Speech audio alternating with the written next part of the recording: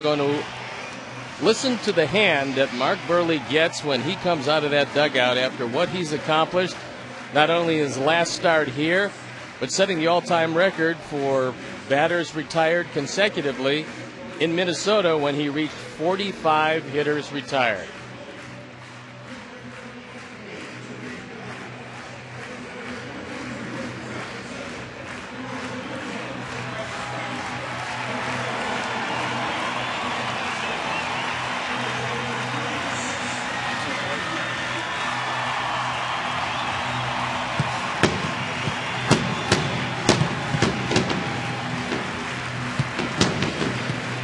There's a look at Mark Buehrle, who is in search of win number 12.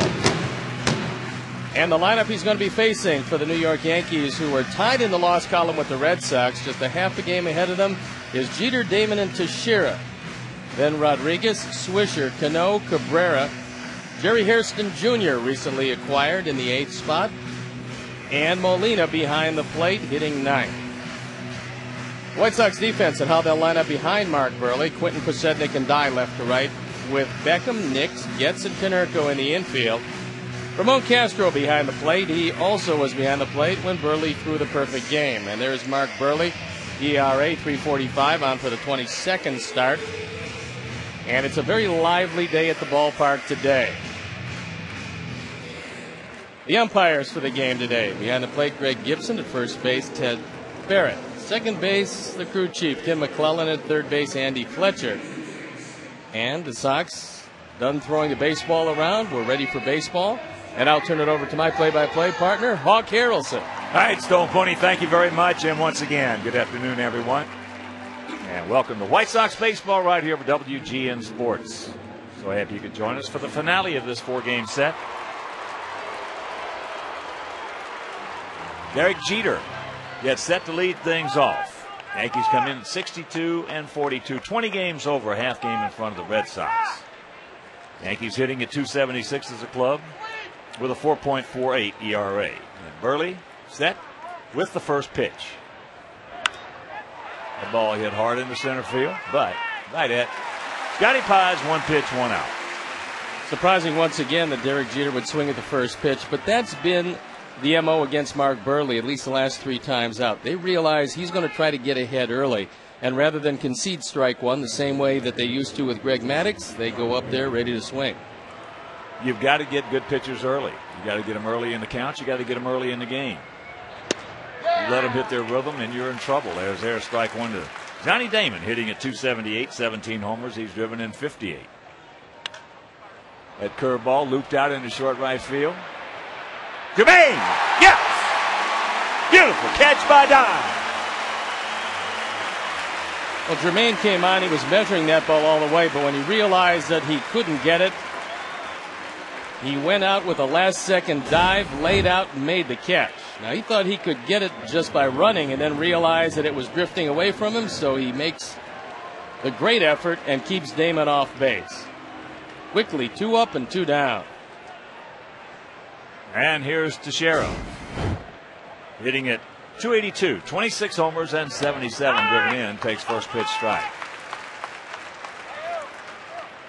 He's been pretty impressive in this series from both sides of the plate. Teixeira, 10 for 32 lifetime off Buehrle with a homer. As a matter of fact, in this lineup, and on the Yankee Ball Club, their 25-man roster, they only have hit 2 home runs off Mark Buehrle.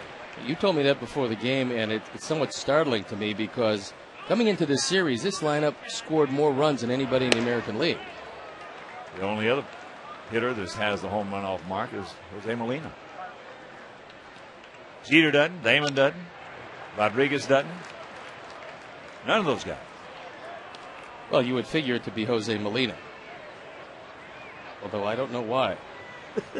He does have 1 home run this year, though, so he is on his usual pace. And that's popped up in the short right field. Gets going back. He's there over the shoulder, makes the catch. And that'll retire the side. 1-2-3 inning for Buehrle. What new? And after having a play, it's the Yankees nothing and the good guys coming to bat.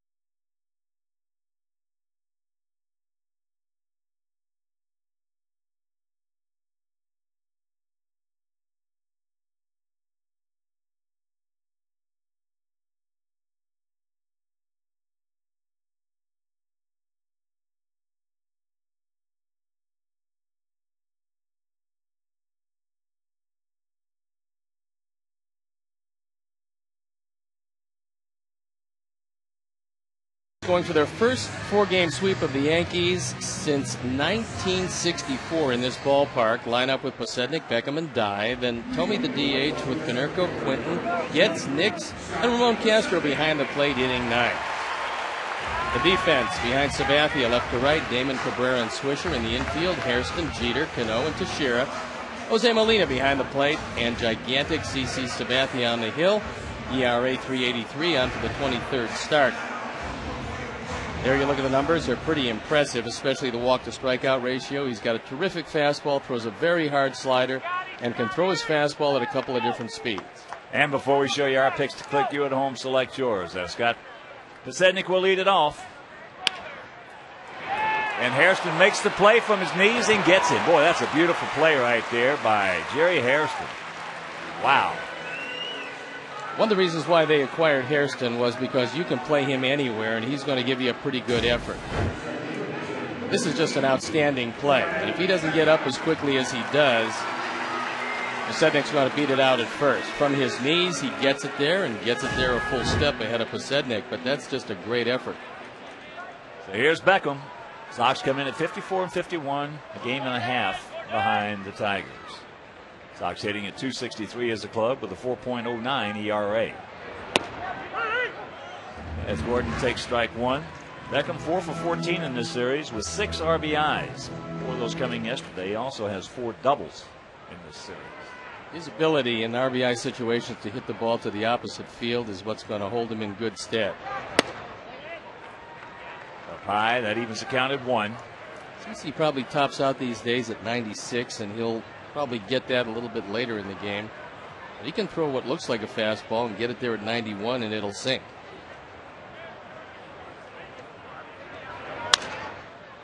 And that's just foul. See, he's a big man. 6'7", 290 pounds. Listed optimistically at 290. He flew by 290 a long time ago. I heard that when he signed with the Yankees, he weighed in at 313. It's not surprising. But he's one of the best. Takes the baseball. He's one of the best left-handers I've ever seen. And certainly against us, he's 14-4 lifetime. Against us, he's just been something. He's already at the 148 inning mark, and you don't worry about innings with him. Well, but the one thing you do worry about is getting 2 strikes. Is that ball hit into right field? And that's fair. So another double for Beckham. And interference. Well, you'd really like to see the home fans not touch that ball because it's going to be a double for sure. And you never know if it bounds away from Swisher, who's not a Gold Glover in right field. This is a high fastball away. Probably a little bit lower than Sabathia would have wanted it because that's how they work Beckham when he has 2 strikes on him. But the fans do catch it, and he winds up at second base in scoring position. And here's Jermaine hitting at 279, 23 homers, 65 driven in. Jermaine 13 for 43 lifetime off CC with 4 homers. Takes that pitch down low. Sox 30 and 23 here at US Cellular Field. Opening game of last year when Sabathia had a 7-1 lead against the Sox in Cleveland. And Sox came back to knock him out and tie the game at 7. He got a no decision in that one. Oh, he can be had. He can be had. He is a terrific left-hander. No doubt about that. 47 games over 500 in his young career. And he played with be had. less than great teams with the Indians.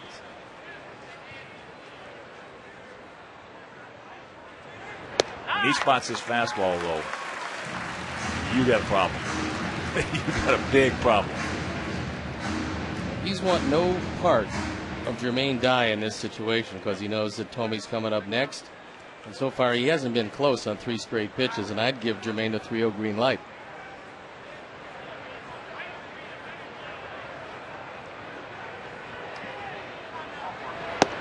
Baking all the way. I'm with you. Got the green light for me.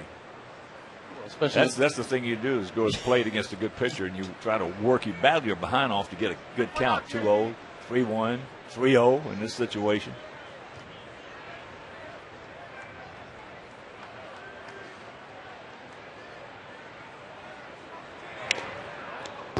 And he chases a bad pitch.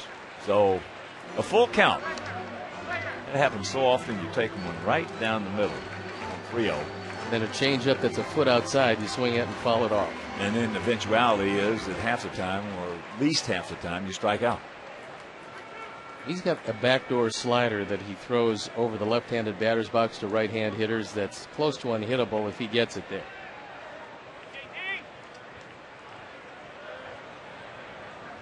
Payoff. And that's fouled away.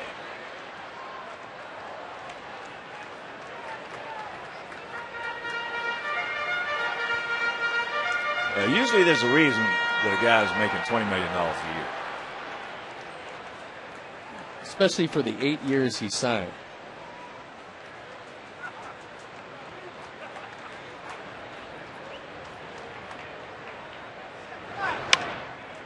That's off the end of the bat, and that's foul.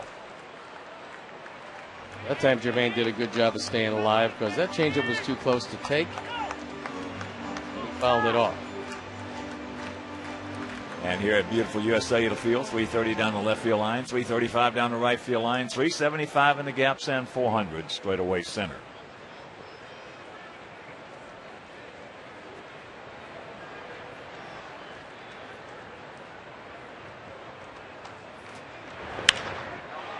And that's popped up in the short center field. Is it going to fall? No. Cabrera is a good center fielder, gets there, makes a diving catch. And that's out number 2.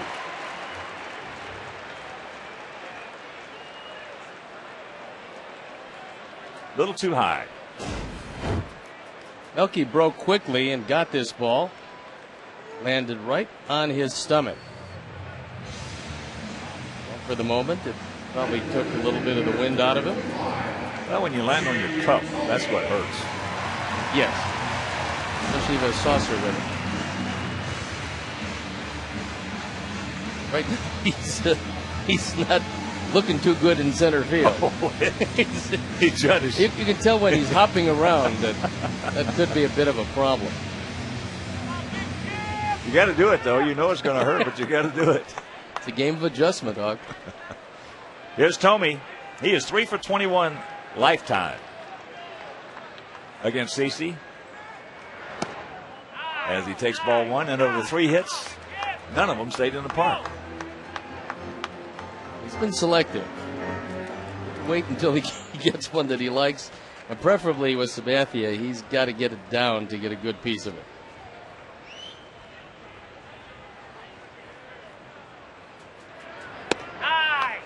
And the count 2-0. Canerco on deck.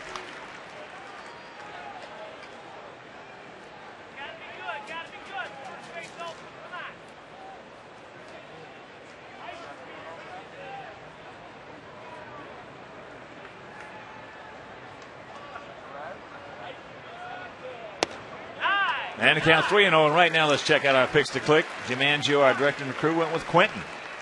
Lisa, Steve, and Larry, they're going to go with Beckham, Terry Hanley, Mike Williams, Roger Clare, Lupe, Carl Rubito, all the great folks at Bolingbrook, and we're going to go with Ramon Castro. Of course, those picks brought to you by Southwest Airlines. Visit southwest.com today.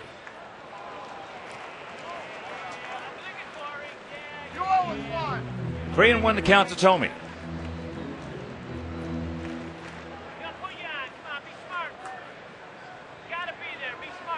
Canerco hoping that Jim Tomey can keep it alive. He can get his opportunity.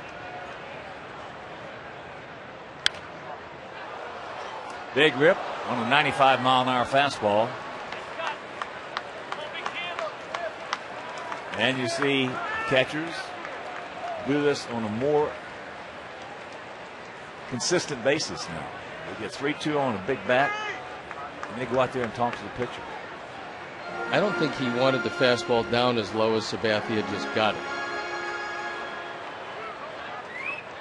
We'll see what Molina decides. He probably won't give a sign at all because he told Sabathia what he wants.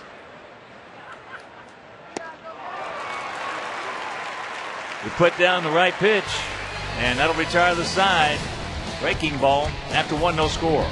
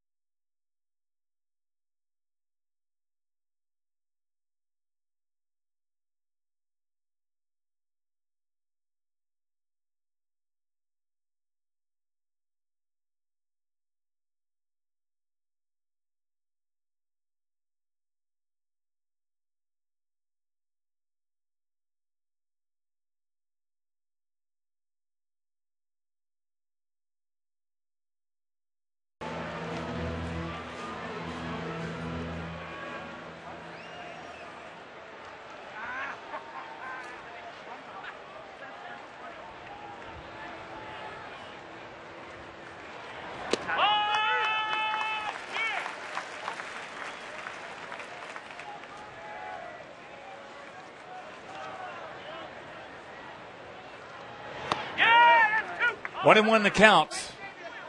Alex Rodriguez leading off here in the top of the second. And for all our Sox fans, they know when Buehrle's out there, we're probably going to miss a lot of pitches throughout this telecast. As that's looped out into center field. And for those of you who are not Sox fans, who seldom watch, but because of the Yankees you're watching, Mark Buehrle is the fastest worker in Major League Baseball. And it's up to the umpires to give us our allotted time, and about 97% of the time, they don't give us enough time. Well, that means that at least one pitch and sometimes one out, because they swing at the first pitch, is already by the boards before we get back. There's Swisher, hitting at 236, but he has 17 homers and he's knocked in 54. Takes first pitch strike. He had a big home run in that opening game, tying it up for a ninth inning comeback to win by the Sox. Swisher's a natural right-hand hitter, but he's always had more power from the left side. A lot of guys are like that. Yeah.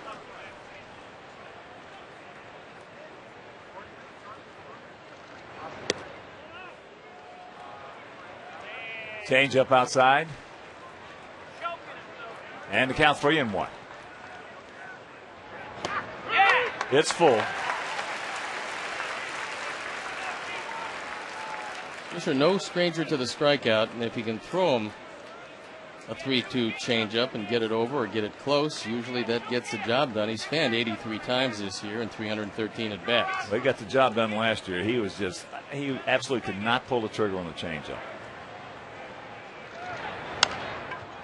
Got a problem? Yep. A swinging bunt single. And you can cancel the postgame show. That was a changeup, and Swisher didn't get a whole lot of it, but got enough of it and couldn't have rolled it out there in a better spot. Buehrle tries to get to it, knows if he can slide and come up with it, he's got a shot, but can't corral it. Top of the fifth inning in Cleveland. Indians leading the Tigers 6-0.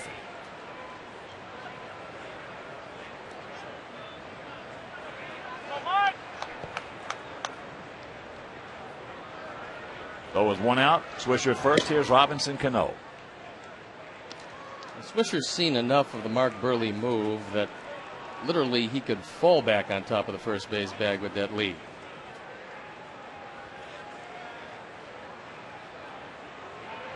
Twins hitting in the bottom of the first inning at home against the Halos, trailing 1-0. The hottest team in baseball is coming here next, and that's the Angels. Well, the hottest team in baseball starting the series with the Yankees. They were. They've gotten suddenly cool. That's a good sign. That's a good sign. Hottest team in baseball. Bring them on. We got to play them sometime anyway. Well, we certainly root for them today. Now a different story. They've won 4 in a row, 8 of their last 10. And lead by 4 over the Rangers in the West. There's a shot base hit. Cano is a ton of talent.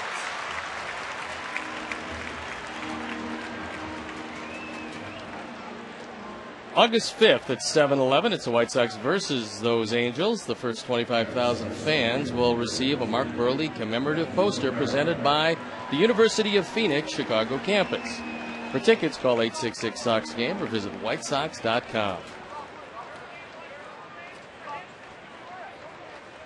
Melky Cabrera, switch hitting center fielder.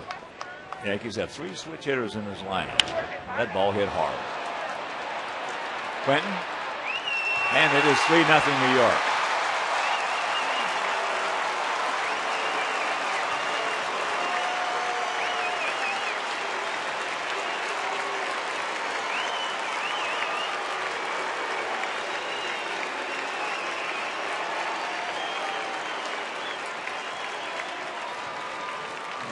Cabrera hits his 10th home run. He's driven in 39, and he picked on the first pitch.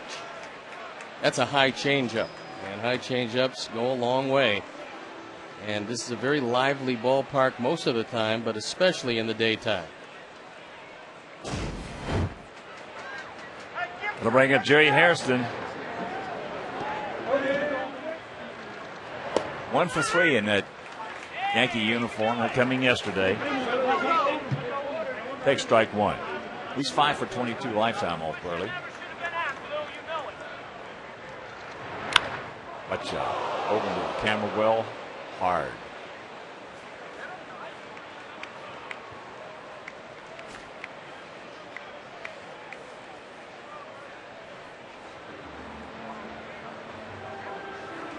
Real hard.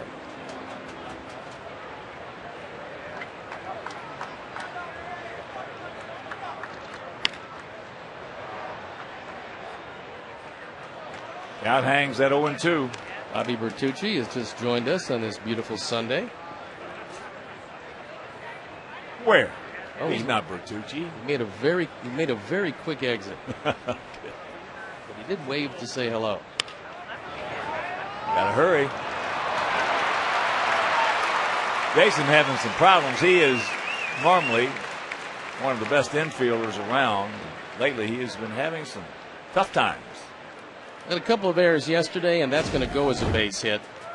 But normally, this is one that he's going to pick up. He just doesn't pick this up. It hits the heel of the glove. And 4 straight hits. Well, I agree with that being a base hit, but it should have been a play he normally makes. Well, here's Molina. Molina hitting at .255 with 1 homer and 6 knocked in. He's the original good man for 2. Because although all 3 Molina brothers are good catchers, they're all pretty good hitters. They all share one thing in common, and that's none of them can run.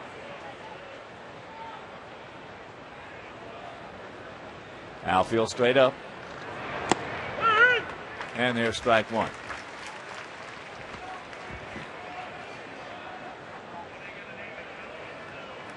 Three-0 Yankees here in the top of the second if you're just tuning in. 3-run homer by Melky Cabrera.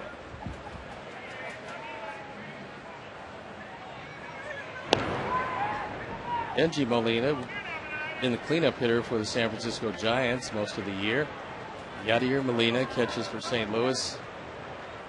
He's just outstanding and has become a better hitter with every passing year to go with the great glove. That pitch high and wide.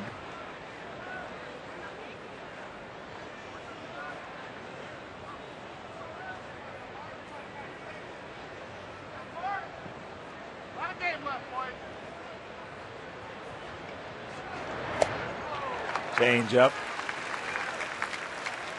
When he keeps it down, he wins. When he gets it up, he loses.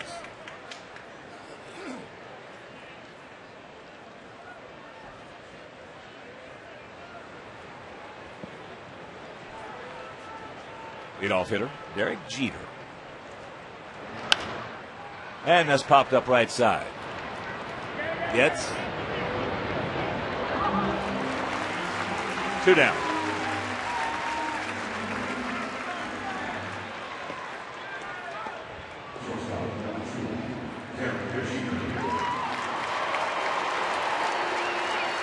So here is Jeter, hit the first pitch of the ball game hard in the center field.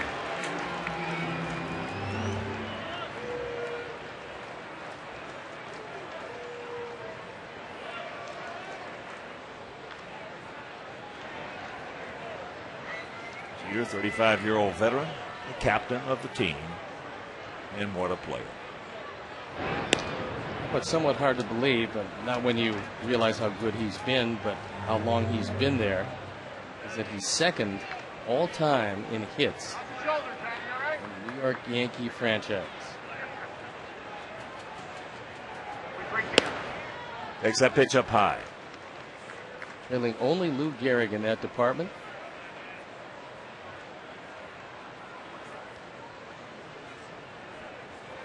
You knew he was something special his rookie year. He had a 95. That was his first full year. He came up in 94 for 15 games or so, but we had a left-hander named Mike Bertotti. First time we saw him come to the plate, Bertotti knocked him down. A good one. Jeter just gets up and glares at Bertotti for about 6 or 7 seconds. Next pitch, hit it right back to the middle, missed Bertotti's head about 2 feet. Close. I looked at Wimpy and I said, Wimpy, we might be seeing something right here. His ability to inside out the ball, especially in run producing situations, has been outstanding since the day he put on that Yankee uniform.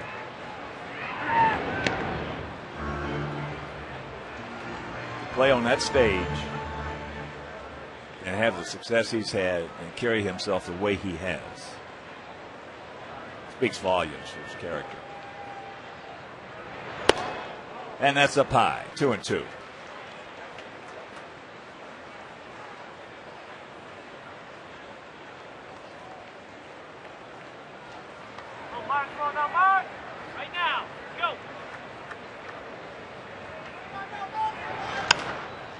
Reaches out into right center field.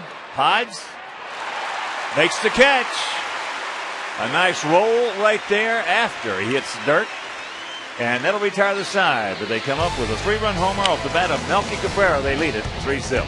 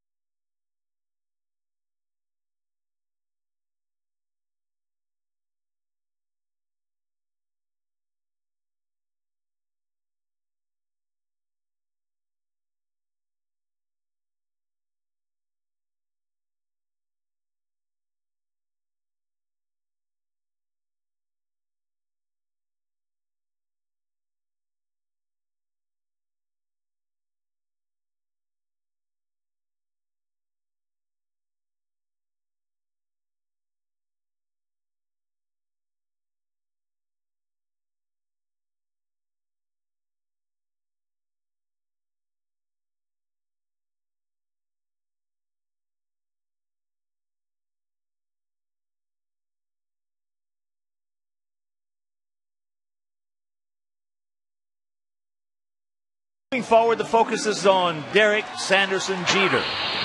His career stats are worthy of Hall of Fame enshrinement, but it's his leadership that has been behind the Yankees' most recent World Championships. And today, Derek is playing his 2084th Yankee game, tying him with Babe Ruth for fourth place in Yankee history. Well, they're running out of low numbers to retire, and his 2 will be retired when he decides to hang it up, which, as good a shape as he's in, will probably be quite some time from now. Here's Konerko hitting at 286, 20 homers. He's driven in 68.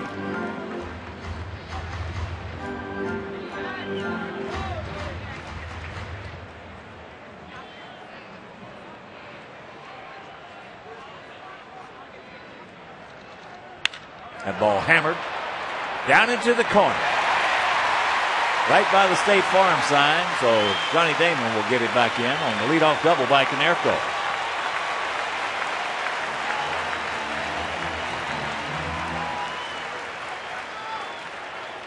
Sox are going to run on Damon and Swisher every chance they get. Melky Cabrera has a pretty good arm. The ball just blistered this ball into the corner. It got hung up there for a bit, so Damon has to go get it. He's conceding the double all the way. Paulie now 20 homers and 20 doubles. And here's Quentin hitting at 220. 10 long ones. He's driven in 23.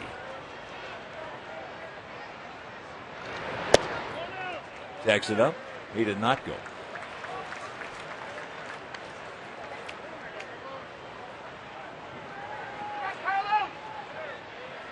Sox trying to sweep the Yankees in this 4-game set. First time since 1964 here in Chicago that's happened. That was some kind of pennant race back in '64. Yankees won it by 1 game over the White Sox. White Sox has some good pitching. Real good pitching. Yankees had some good hitting. Real good hitting. Real good hitting.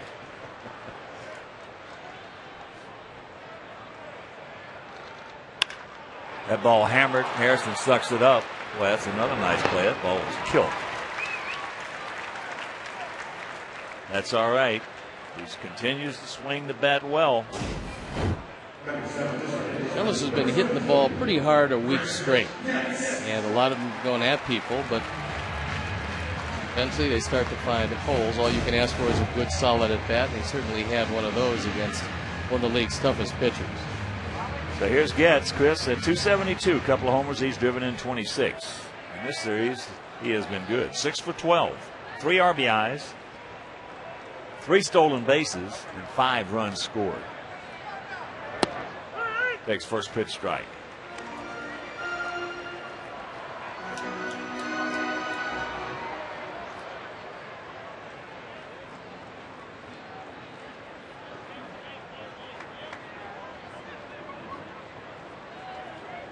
Outfield spread out slightly to the left. And that breaking ball off the plate. 1-1 to count to Getz. Cleveland still leading Detroit 6-0. The game now in the top of the 6th inning.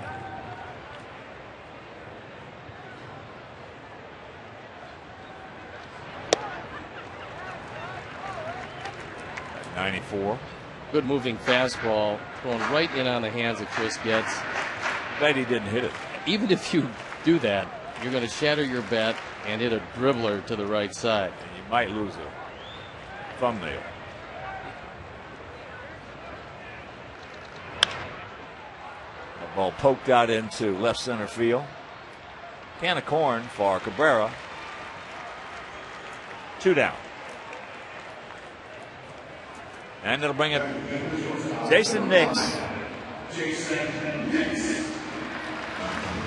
Walked 4 times yesterday. Twice with the bases loaded. And 2 times intentionally.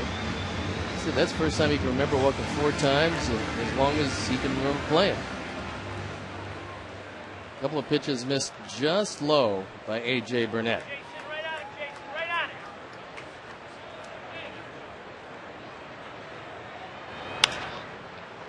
And that ball popped up right field, Swisher. So the leadoff double by Konerko goes for naught.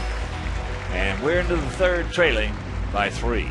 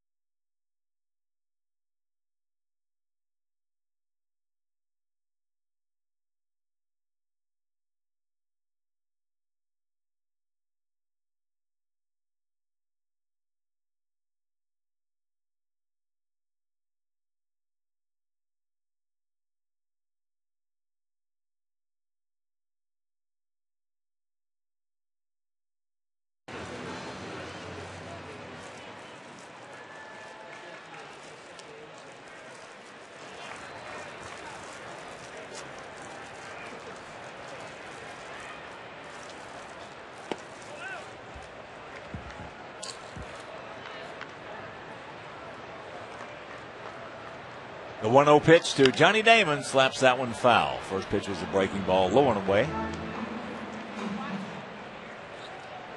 Damon hit a little looper out into right field. Jermaine Dye made a beautiful diving catch on it.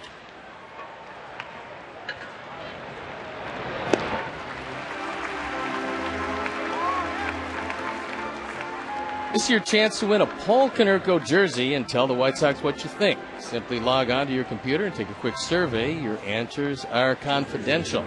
Visit whitesox.com/survey. You must complete the survey before today's game ends. Mark Teixeira, and that's in the hole.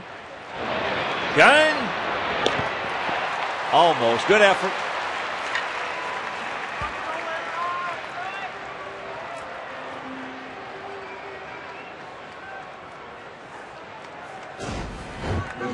This throw is on the mark. They're going to get him because Teixeira turns himself around in the batter's box trying to pull that ball in the hole. But unfortunately, it pulls Paul off the bag, so it does go as a base hit. That is the third infield hit from the Yankees in this game. Yesterday's game, Jermaine Dye made an outstanding play, threw Teixeira out at second base.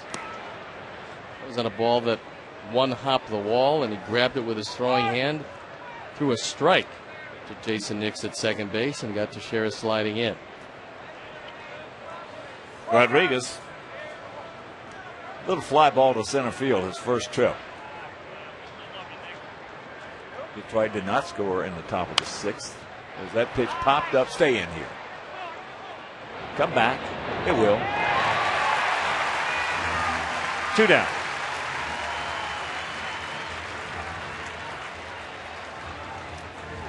Joe Girardi doesn't believe that Rodriguez is entirely 100% back from the hip surgery that he had earlier in the year. And his batting average probably reflects that, although the power number is still fairly impressive.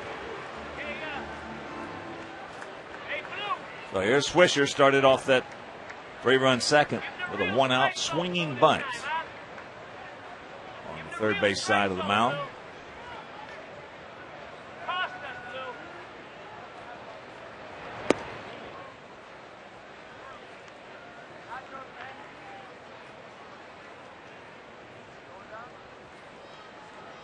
Angels leading Minnesota 3-1 early in that ball game.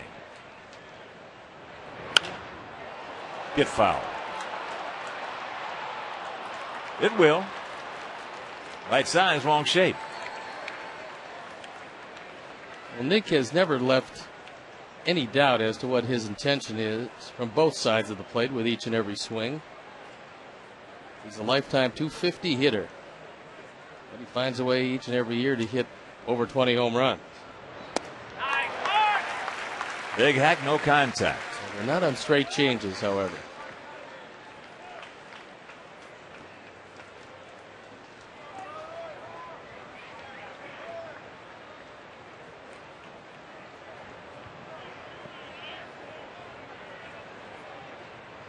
Short lead, the 1-2. And that's in the hole.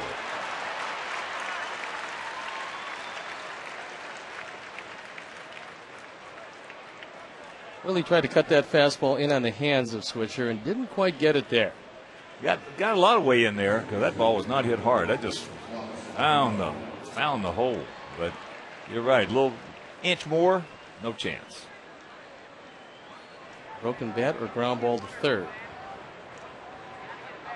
Now Beckham is playing way off the line at third base. That's the same hole that Cano hit it through last inning.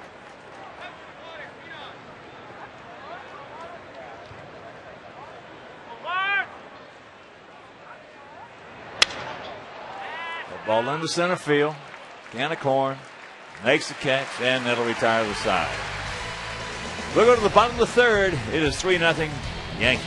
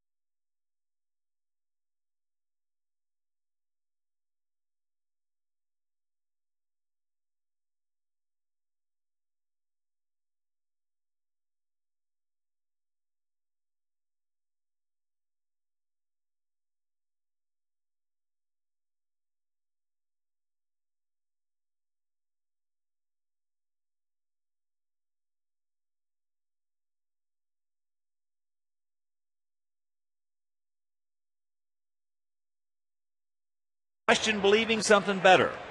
Which pitcher has a better pickoff move to first base? A. Mark Buehrle. B. Andy Pettitte. Just text A or B to 97999 and watch for the results later in the ball game. Ramon Castro leading off here in the bottom of the third. Takes first pitch strike.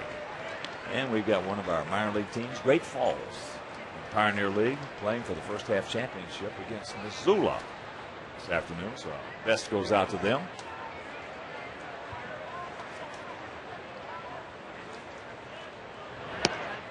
Big hack, no contact.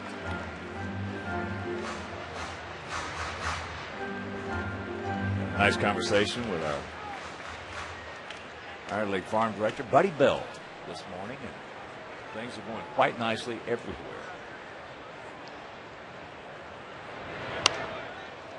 Even with the Peavy trade, where 4 pitchers went to San Diego, there's still a whole lot of talent down in the White Sox minor league system. Most I have ever seen in all my years with the White Sox, which is over a quarter of a century.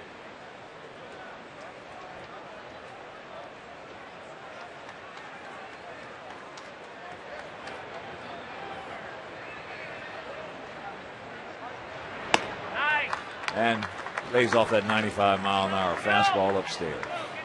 Freddie Garcia threw 5 scoreless innings in yesterday's game. Gave up a hit. That was at Bristol.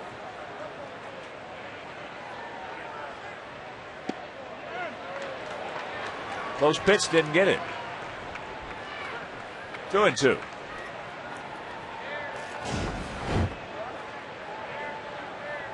It's a hard slider inside. Molina tries to yank it back over the corner.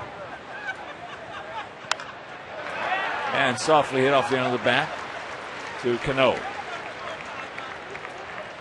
And certainly our condolences go out to Suzanne Paulicki, one of our flight attendants, and her mom, Teresa, on the passing of their father, Ted Paulicki, today. And we're thinking about you, Suzanne. And on the other side of that page is your mom's birthday.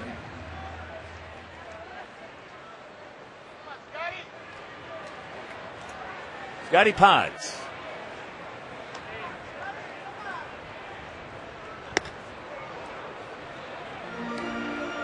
Pods had a little running slap action, bunt, but hit it hard down to Hairston, who made a terrific play on it.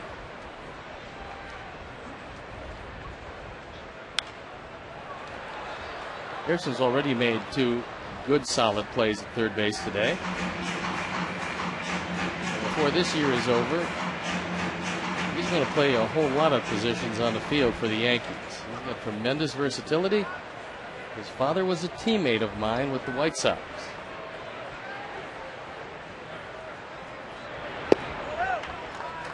Breaking ball, no. His grandfather was a coach when I first got here in 1973, so 3 generations of Hairstons. Sam also played for the Sox.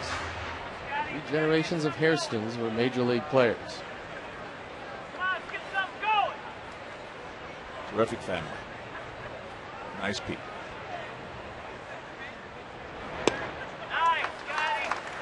Another good eye. And the count's 3-1.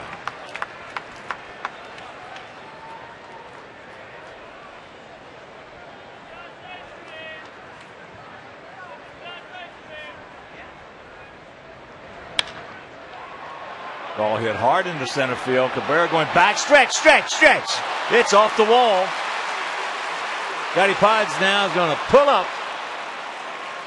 Well, if that ball doesn't hit Cabrera on the carom and bounces by him, he's got a good chance of being 3 bases, although Johnny Damon did a nice job of actually sliding behind Cabrera to make sure that if the ball did get by him, he had a shot at it.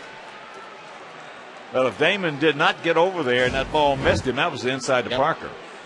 This ball hit awfully hard. It's 3-1 fastball. And Cabrera, I think, surprised how far this ball travels. And then he gets hit by the carom. That ball just stayed in front of him. Otherwise, it would have been real interesting to see if Pods decides to go on to third base. But that ball hit high off the wall. Here's Beckham. He doubled down the right field corner.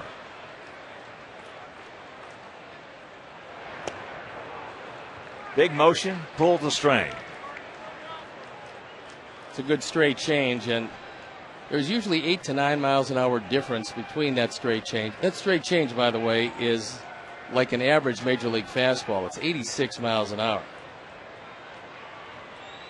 Beckham now with 5 doubles in this series. Comes back with a fastball in the outside corners. He's going to learn that's normally the pattern in the big leagues. After you see a good change, they backed it up with a good fastball. Well, he showed him the fastball at 92. He's still got another 3-4 miles an hour left if he wants to go to it.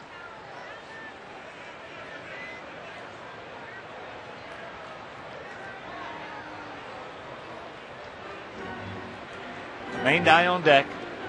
One of the things you can't be deceived is by the looks of Sabathia. He's a tremendous athlete. He loves to hit, won't have an opportunity to do that, but he fields his position very well.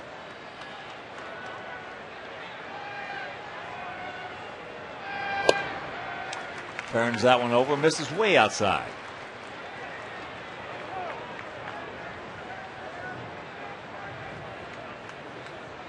Yeah, he was a terrific football player. Boy, is he a big guy. One of those you got to see it to believe it almost. First time I saw CC up close, we were walking down the hall there in Cleveland. Passed by him, said hi. He said, hi. My goodness. That is a big man.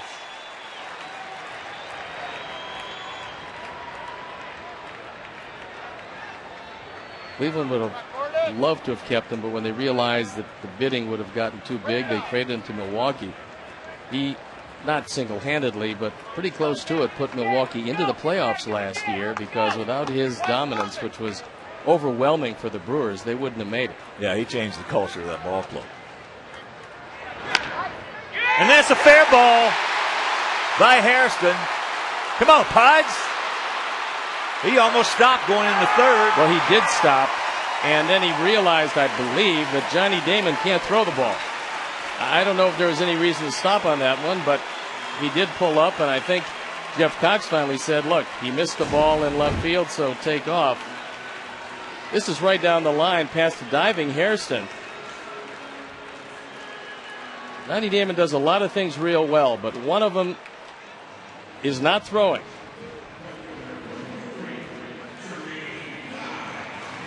He wasn't even looking at the plate. He was thinking about second base the whole time. So the 36th RBI for Beckham leads all rookies in that category. I believe he's going to pull away from all of them before it's over.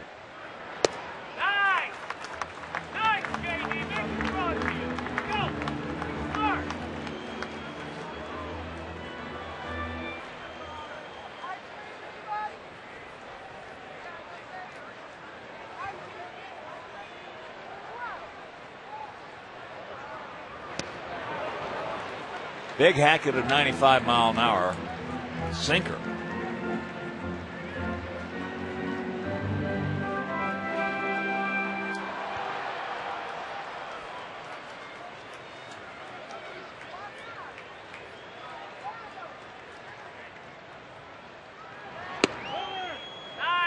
Just off the plate. I never faced that. I never saw a 95-mile-an-hour sinker. I saw some 95-mile-an-hour spitters. Never a 95-mile-an-hour sinker. Gaylord had one that approximated 95. Well, that was a spitter. Yeah, it was a super sinker, as they used to call it. Cuban forkball.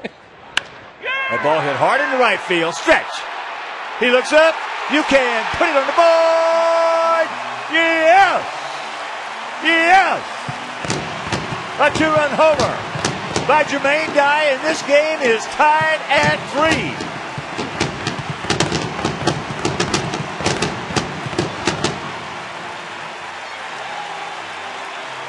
One of the things we told you about a day game here at U.S. Cellular Field was that it's a very lively ballpark. And Jermaine Dye reached out, got a fastball away, hit his 24th home run of the year. He's driven in 67. 3 straight hits have tied it up. It's the forward drive of the game. It's a high fastball, and it's gone. In fact, Swisher knows right field here. He just looked back and hoped he could get a carom off the wall. Breaking ball strike to Tomey, who struck out on the 3-2. Breaking pitch, his first at bat.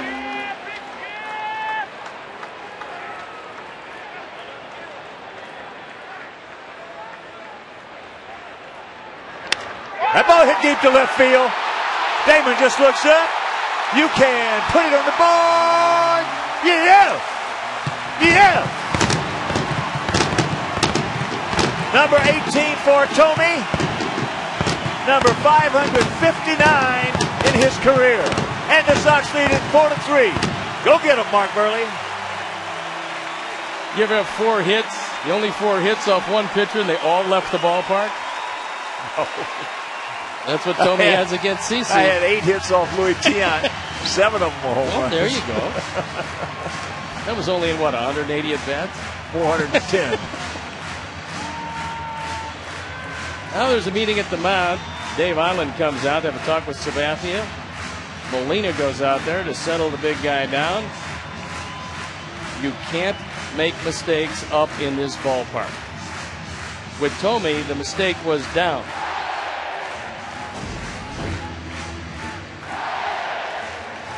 When he gets a thigh-high fastball, especially out away from him, he can drive it to the opposite field as well, perhaps, as anybody who's ever played this game. Well, there's another guy in this ballpark that could do the same thing to right field, being a right-handed hitter. Well, he can't do it anymore. That's Moose. Moose is right. 110 years old. Moose But he used to be able to do it. He could kill it to right field. People see how small Moose is, and they cannot believe how strong he was. He could overpower the baseball. Paulie doubled, takes the strike. He doubled to lead off last inning. In the years that Moose played for the Yankees, they had a wonderful baseball team, and if he wasn't something special, believe me, with all the farm clubs they had, he would have never played first base every day for that team.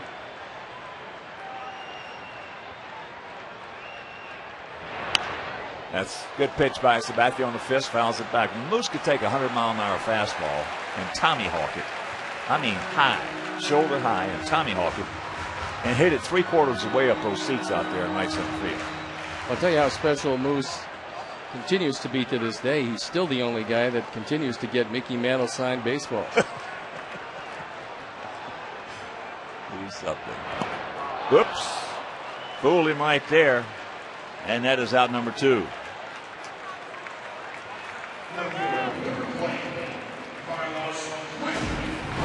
Sabathia goes away from the fastball and to the breaking ball. That's his slider. That one he got a lot of depth on. That ball just dove out of the zone. That's going to get a few people, not just Paul Konerko. However, that's only the second strikeout. So here's Quentin Carlos. Hit the ball very hard down to third base. Hairston made a good play, good quick reaction play on him to get him. 4-6-0 for our Sox, 3-6-0 for their Yankees. And not one walk in the game.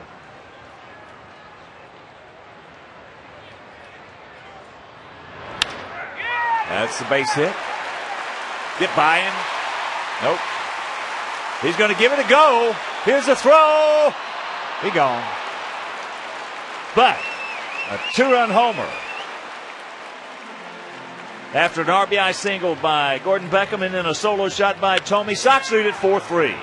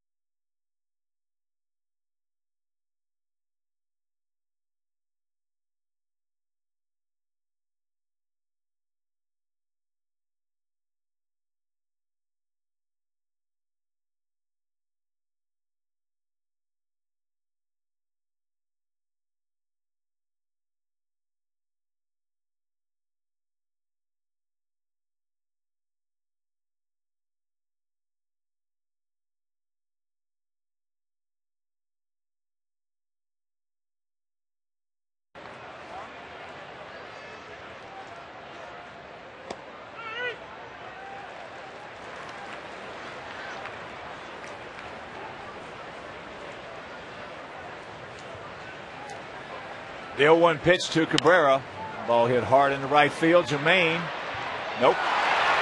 Took a step in, then realized it, and couldn't quite recover. So the leadoff double here in the top of the 4th inning. Sox lead at 4-3. Cabrera hit that 3-run homer back in the 2nd.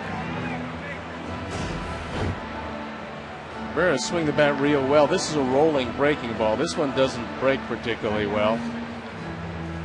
And Cabrera, who had equal numbers from both sides of the plate. He came in hitting 284 right-handed, 283 left-handed. He's hit the ball hard, pulling it one time and going to right field the next. So Hairston's got a job to do. He had an infield single his first trip. Stays inside of it and fouls it away. And the 4th inning is brought to you by Taco Bell's 4th Meal. That's a meal between dinner and breakfast. Open till 1 a.m. or later. Of course, Lisa Stone, lovely wife of Steve, one of her favorite eating establishments. She's going to arrive here soon. She's very disappointed she was not here for that promo. That'll get the job done. Sacrifice 1-3. Well, Joe Girardi did what hitters appreciate. Going, I'll give you one shot. Take a swing. But if you don't get it down, you got a bunt. And from the Southwest RoboCam, we'll take a look at an exceptional bunt. So here's Molina. He popped up to Getz. Infield in. Now they can back up a couple of steps because that is a base hit. And this game is tied at 4.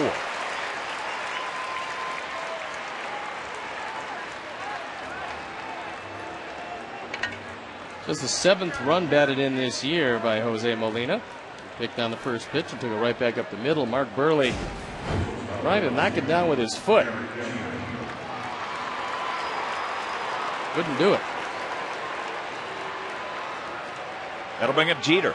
He is lined hard to center, and he is popped up to right.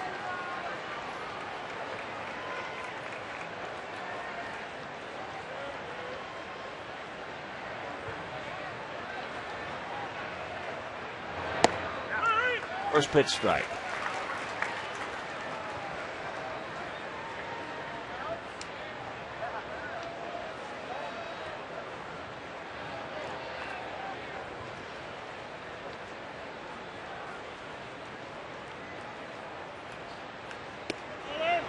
And that's 1-1. Sell out yesterday, sell out the day before.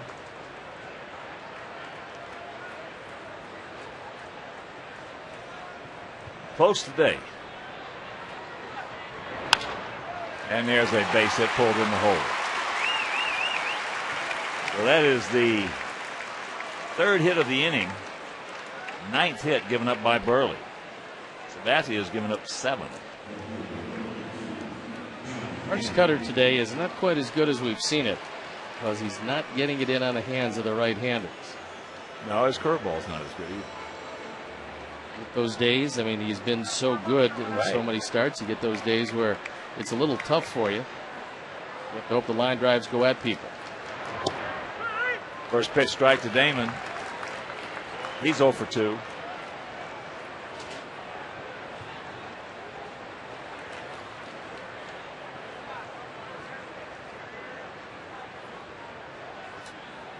Damon with those busy feet.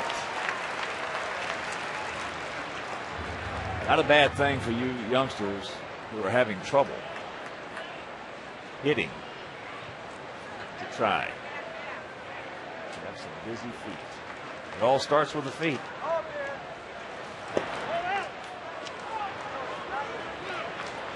One and 2 the count. And if you're swinging the bat good, don't try it. You're swinging the bat good. Don't do anything different than you're doing it. And don't listen to anybody. That's true. Watch out. Molina, here he comes. He's going to score. on the base hit by Damon, and it's a 5-4 Yankee lead.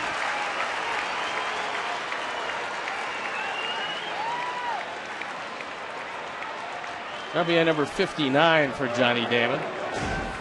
Here comes Don Cooper to talk with him. Buehrle has no chance. And that ball just rifled back through the middle.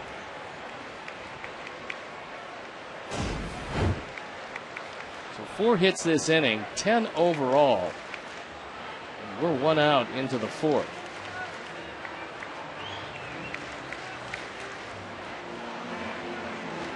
August 4th at 7-Eleven, it's the White Sox versus the Angels. The first 20,000 fans will receive a poster featuring current and former Dominican White Sox players, presented by Apple Vacations and Dominican Republic Department of Tourism. For tickets, call 866-SOX-GAME or visit whitesox.com.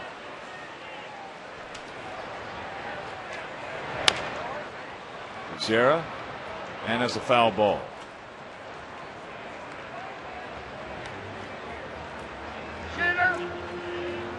Cabrera has popped to second, had an infield single.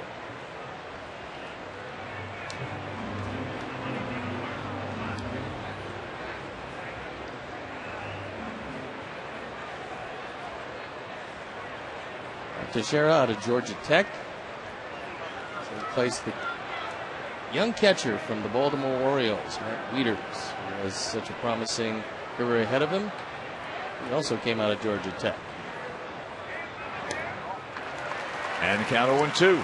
A lot of people thought that Teixeira would be either the first or second pick in the draft the year he came out, but he broke his ankle and he slipped somewhat in the draft, not too much, but enough so that he wasn't the first or second pick. Turns that one over, misses low and away.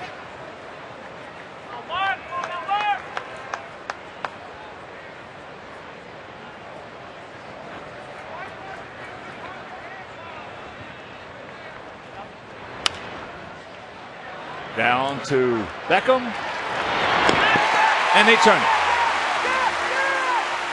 But a couple of runs cross the plate, and we'll go to the bottom of the 4th, trailing by a run.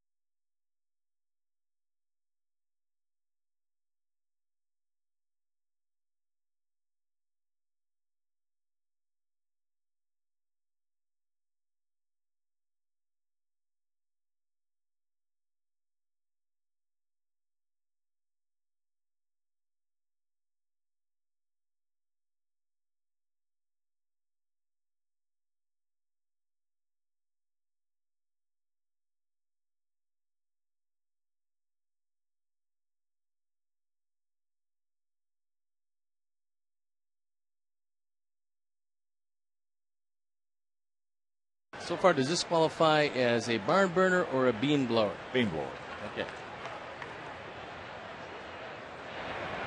First pitch strike to Getz. Popped up to center field his first trip. He did a tremendous job of staying in there. We will show it to you on that pivot. Cut down to Teixeira on the double play.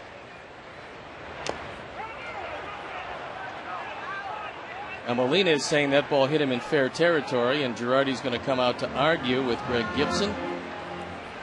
He's saying it got his foot in foul territory. Well, they talked it over. Top of the fourth in Minnesota. Angels leading the Twins 4-1. Looked like it actually hit him in the batter's box. Now he was starting to take off. It looked like it got him in the box, and goes as a foul ball.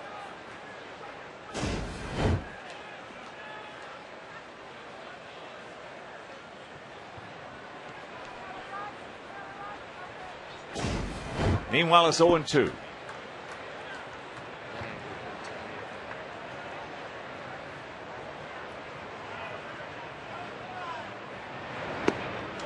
And that Cleveland-Detroit game, Indians leading the Tigers 9-0. Seventh inning. Go Tribe.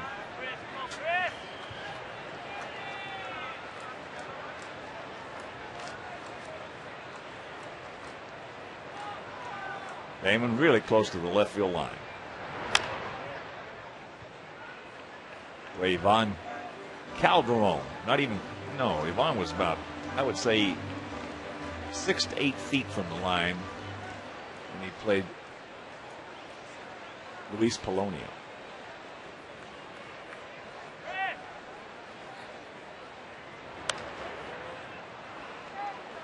Little ground ball to Teixeira. We're out number 1.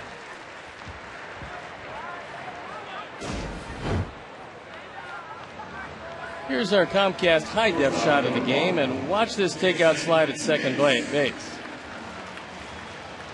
Stands right in there, gets rolled, and still gets a throw off, and Teixeira's only grounded into this being his 3rd double play of the year from the right side. Nice play by Chris Getz, and good solid throw by Gordon Beckham.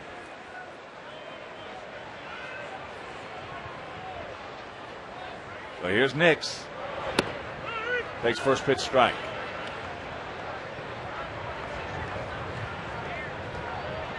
Come on, Jason. Jason popped up to right field.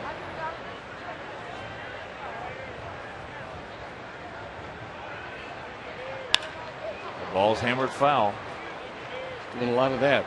Hitting the ball hard, but hitting it foul. Well, it's not quite as foul as it was in his first couple of games. So he's seeing more pitches now. As I said, that's the way youngsters are when they get in there and they hadn't been playing a lot. They get a good pitch hit and they hit it foul.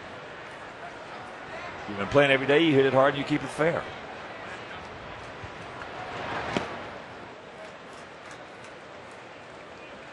Well, by all accounts, Alexei Ramirez is going to come back the middle of next week, whether it's Wednesday.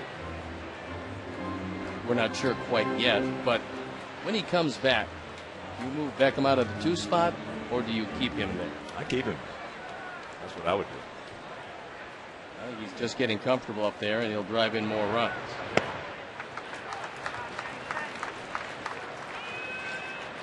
And Ramirez is a guy that will hit for more power. Him maybe in the 7th spot.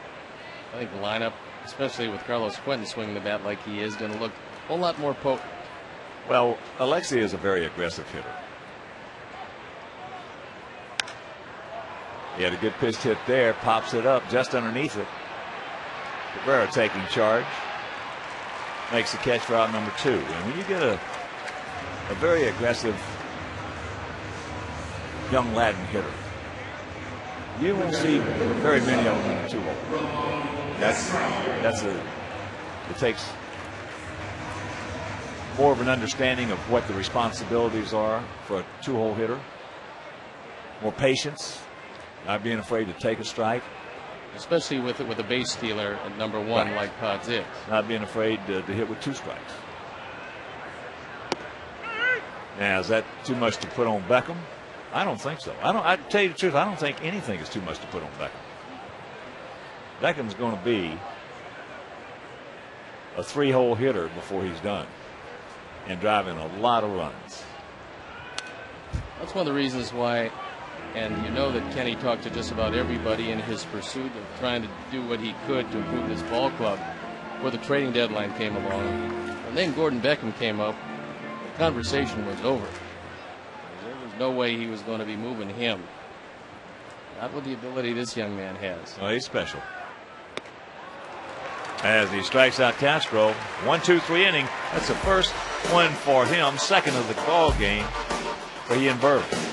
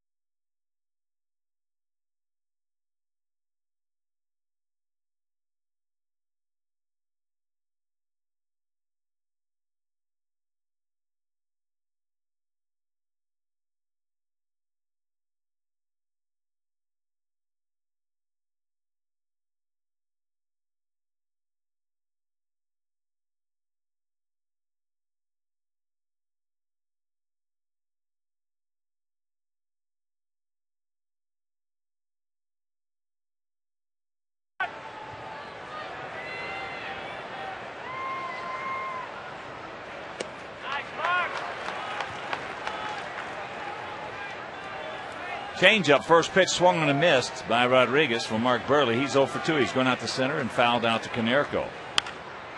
And there's a base hit. Right off the end of the bat, they're finding that hole between third and short.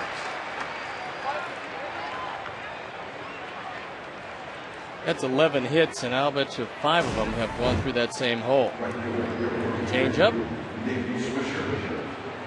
You know, getting back to that responsibilities of the two-hole hitter. I mentioned when you get a young, aggressive Latin player, that they're going to swing the bat. Yet one of the best two-hole hitters we ever had was a Latin, Omar Vizquel.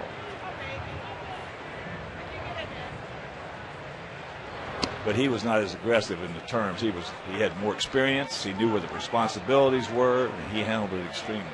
Well, as a young player, he was not a particularly good hitter. He became a very good hitter with the Indians. Let me tell you what.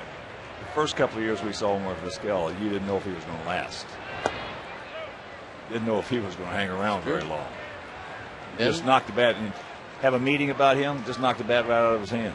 Don't even mess around. Just throw a fastball and knock the bat. Pretty soon, all that ended. The 2-0. And it's 3-0.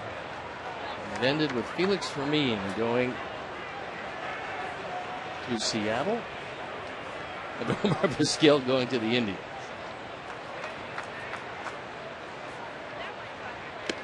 And that's the base on ball. So the first 2 men aboard. First walk of the ball game. There's Swisher with his infield swinging bunt single in the second. A single in the third, a walk here in the fifth, and that'll bring up Cano. Don Cooper wants to know if Tony Pena is ready to go yet, as Mark Buehrle is really struggling today. And this is a very bad lineup to struggle against because they've got thunder up and down this lineup. That's probably why Castro's going out there to talk with Buehrle.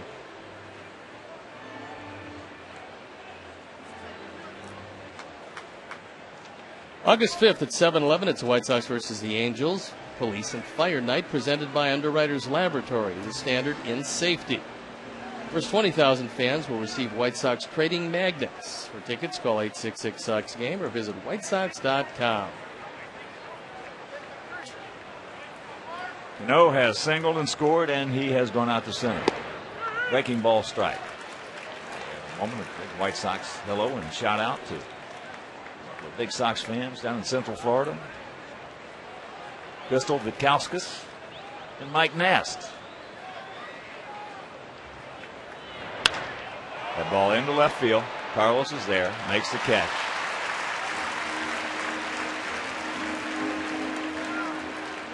A line shot off the bat of Cano. What new? As we talked about, when you don't have real good stuff, you have to hope that the line drives go at people. And that one just happened to. Cabrera has hit 2 line drives. One for a 3-run homer in the second, and the other a leadoff double, and he scored in the 4th over the head of Jermaine.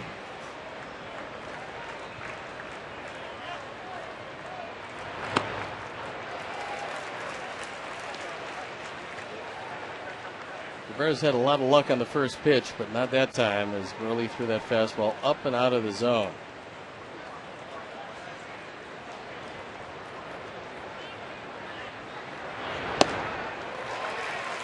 And the count 0-2.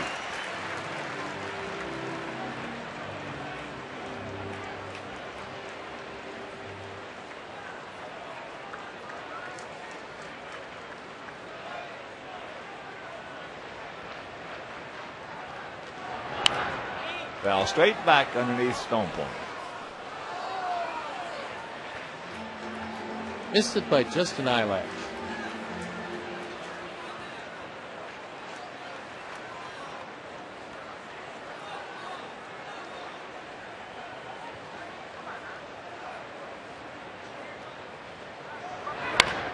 Ball hammered. There's some folks that try to get out of the way of that one pretty quickly. I think the vendor actually came away with the baseball.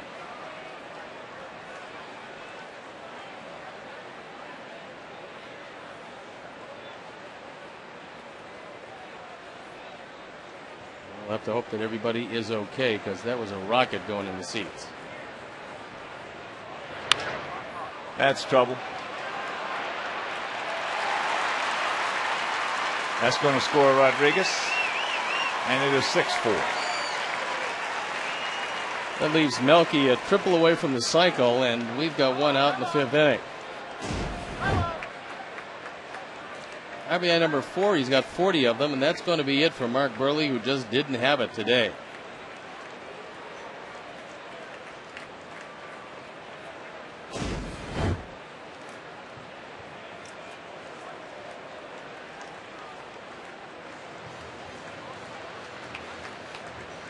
You can't have it every day. Well, Mark will depart. Gets a nice round of applause, and we'll be back.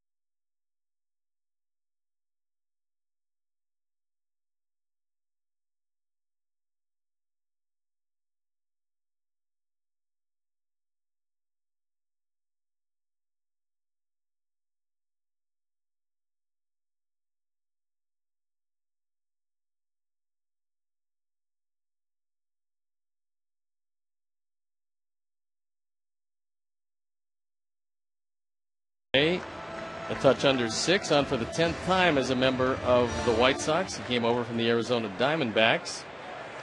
And he inherits runners at first and second. Only one out here in the top of the 5th inning. Sox trail by a pair.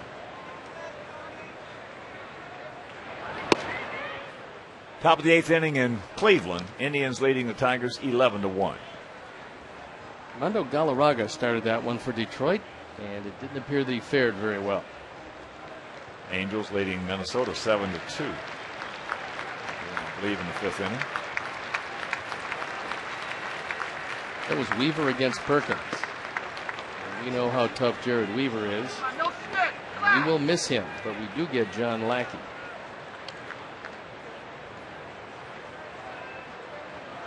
Lackey's a good pitcher. Lackey's a real good pitcher. Real good pitcher.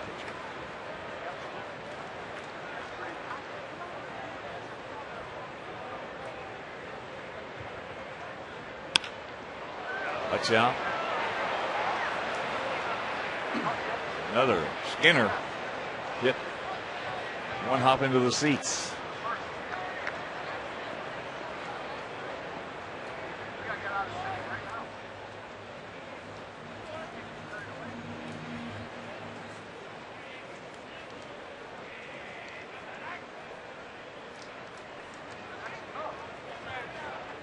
One out, 2 on. Outfield straight up. And there's the base hit.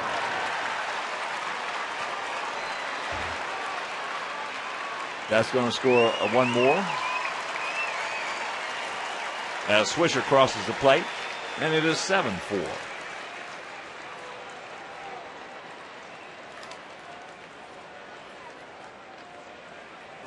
Harrison 2 for 2 today with a run driven in. That's his second in a Yankee uniform. He's already paid some dividends. Made 2 good defensive plays.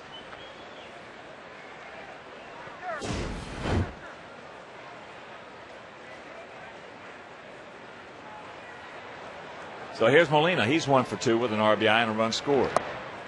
Well, when we first saw Harrison with Baltimore at second base, the first few series that we saw him, he looked like he was as good as anybody in this league at second. He was a magician out there. He made the rounds after that. Yeah. 1-1 to count.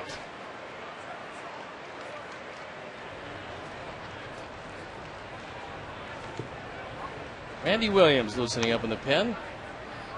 7-13-0 for the Yankees, 4-7-0 for our Sox. We got plenty of time, though. The only bad thing is we've got a very good pitcher against us. There's a strike. And the count 1-2.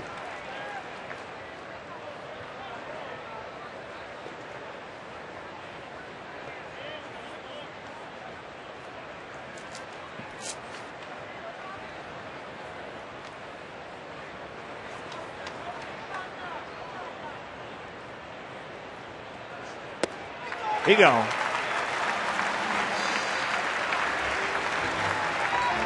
Two down. Good hurt slider by Tony Pena. Ball just disappears down out of the zone.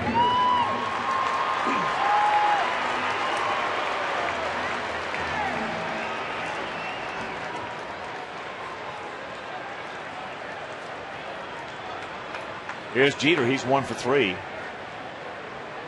Singled last inning.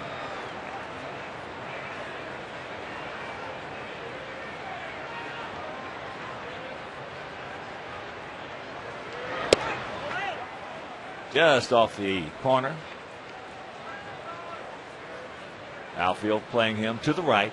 Gap out there in left center. Beckham well off the line at third.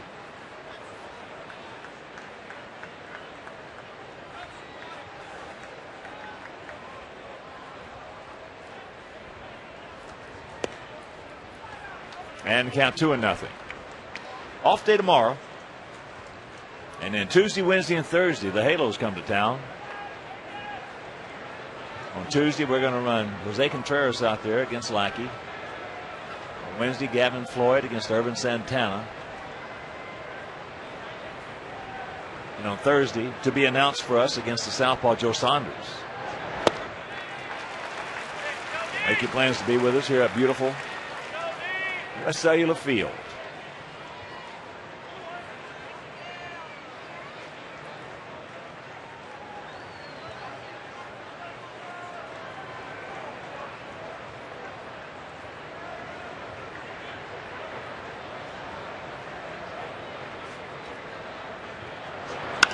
That ball hit hard in the right. Jermaine back at the wall. Yes! Makes the catch. And that'll retire the side. Whew. Thought that ball was out of here. Meanwhile, they come up with 2 more and they lead at 7-4.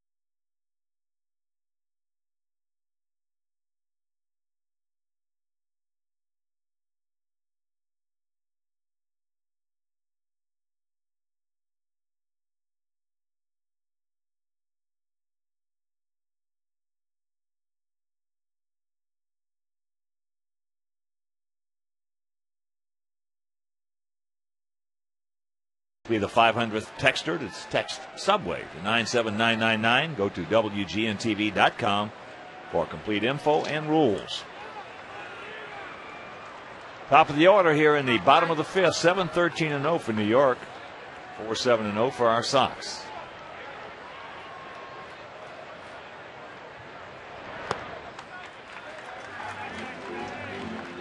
Last time up was a double by Posednik that started things off with 1 out in the 3rd inning.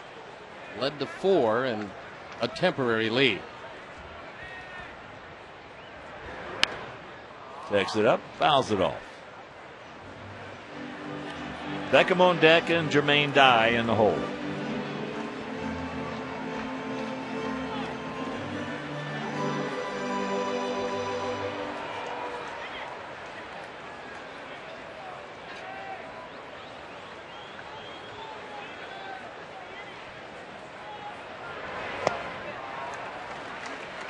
Breaking ball, no chance.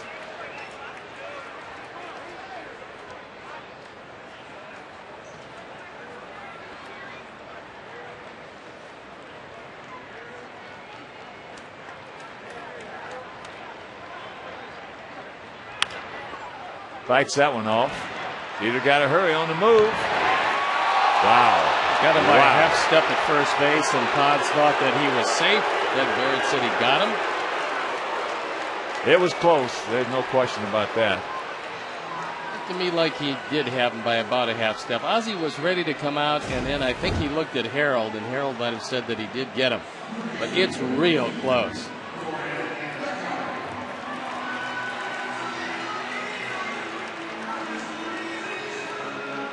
Take a look at it from this angle. I think it looked like he beat it.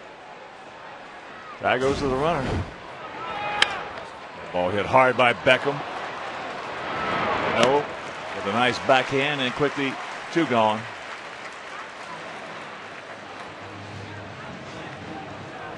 Talking with Buddy this morning, and he's talking about Buddy Bell, our minor league forward director, talking about Beckham. Talking to our guys did a real nice job with the report at Birmingham and then to Charlotte. He said they didn't say a word to him. Best thing to do because he went up so quickly. And that goes to show you how good teachers teach. Sometimes you don't have to justify your position, so to speak. You just see a guy as a natural. Let him go. Don't get in his way. And that's exactly what they did. You got 30 organizations, probably 28 of them would have had somebody talking to Beckham the first time he went 0 for 4. I remember being asked by a whole lot of people, do you think that the White Sox are bringing him up too soon? I said, if he hits, the answer will be no. If he doesn't, everybody will say yes. He's hit, so the answer is no.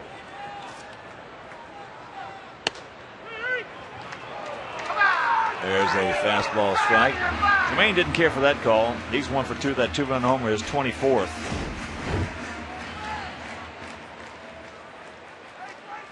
I thought that was a little high, and so did Molina because he yanked it back down into the zone. Good rip, and the count 2-2. Of course, with those 2 home runs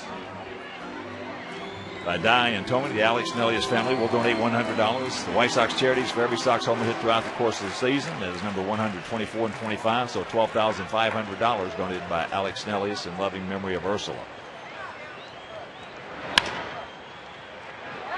Down to Harrison, controls it, got time, makes the play. That is 6 up, 6 down the last 2 innings for Sabathia.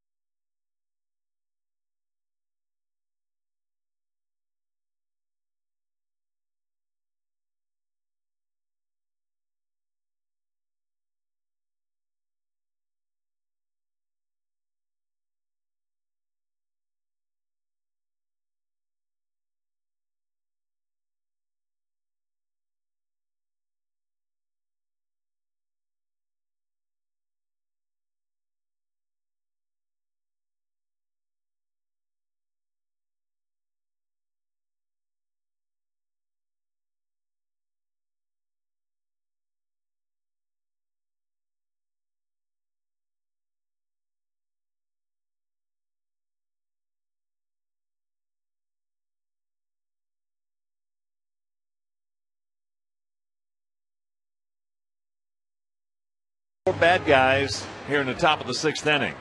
Randy Williams comes in. He's on for the 3rd time as a member of the Sox. Does not have an ERA. Johnny Damon, 1 for 3, an RBI single. He has 59 ribbies now. Those numbers you just saw were garnered at AAA Charlotte.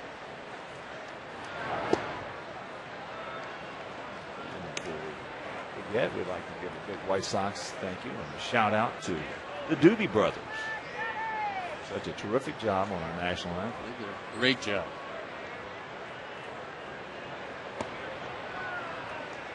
And the count 3-0. Come back and get him. Before this recent call up to the major leagues, Randy Williams hadn't thrown a pitch for the major leagues since 2005. Strike one.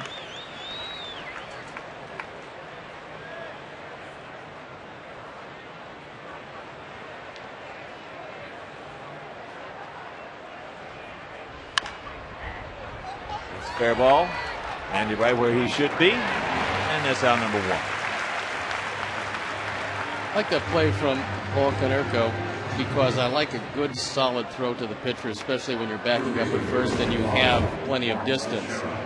From the Southwest RoboCam, we'll take a look at a well-executed play on both ends. Ball going away from the plate, and he gets it to Williams in time so he can right his footwork, hit the inside of the bag with his right foot. And Paul does it real well.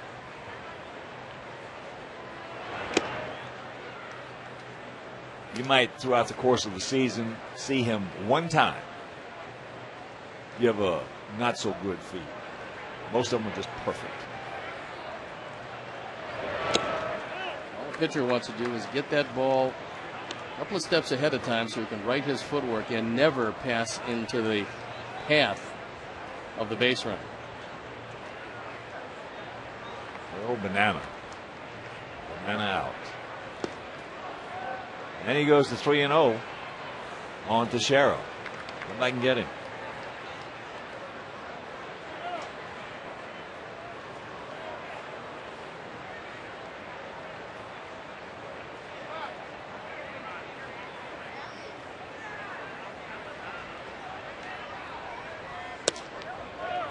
Nope.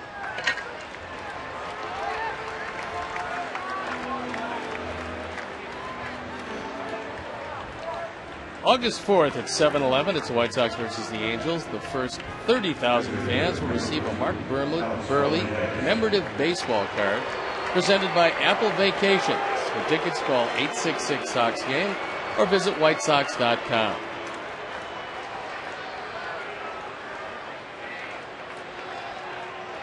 Rodriguez takes first pitch strike.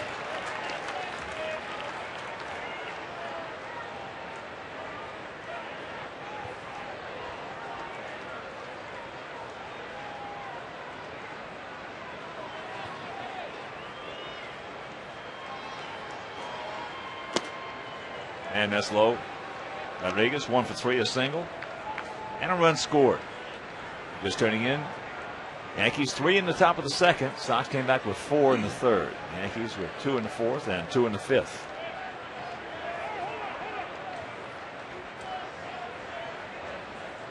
We have 2 home runs, back-to-back jobs in the third by Dye and Tomey.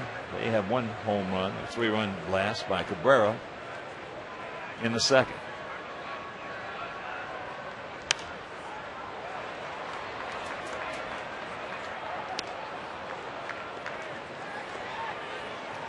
One and 2 the count.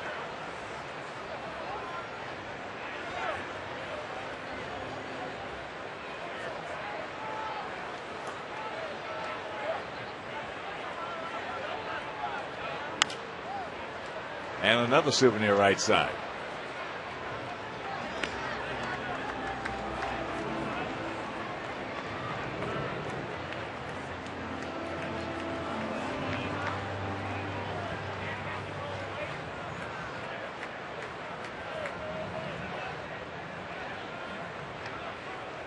Just a short lead by Teixeira.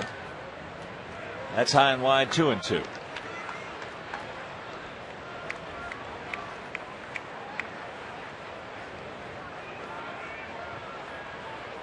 Rodriguez coming to the Yankees back in 04. Soriano. Arias. Williams goes full to Rodriguez after having a 1-2 count.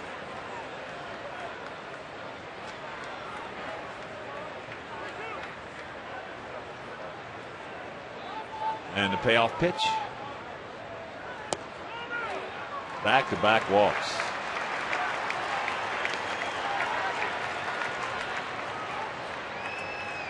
The bullpen up and going once again for the Sox.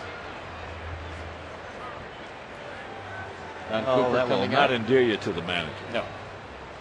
Especially when you fought this hard and this long to try to get to the major leagues. Octavio Dotel throwing in the pen. And while he does, we'll check out some White Sox minor league report stats. Charlotte won 3-2 at Louisville.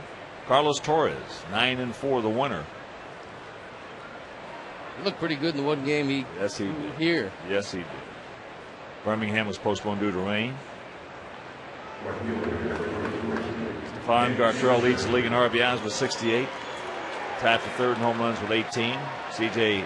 Rutherford ranks fourth in RBIs with 60. Tied for fourth in doubles with 28.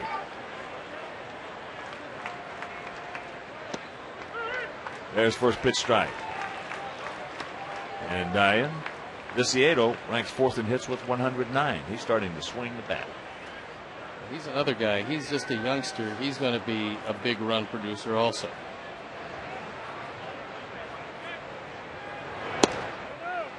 Good pitch, didn't get it. This has been a tight strike zone today for both sides. Real tight.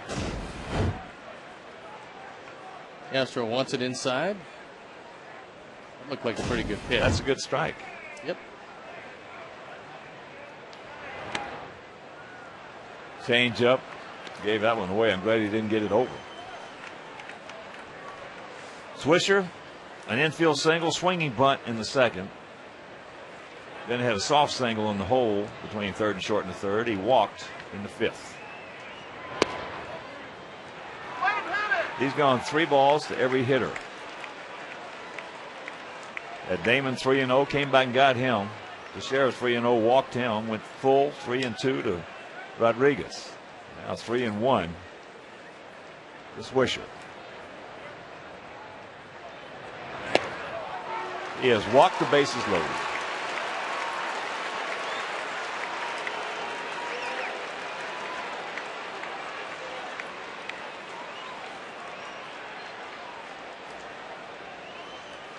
And it'll bring up Cano. He's 1 for 3. Slammed a single in the left field in the second. Went out to center in the third. Then slammed a line drive right to Carlos Quentin last inning.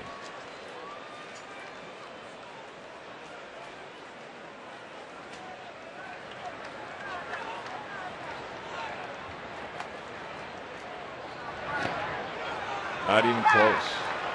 Bottom of the fifth in Minneapolis. Angels leading the Twins 9-2.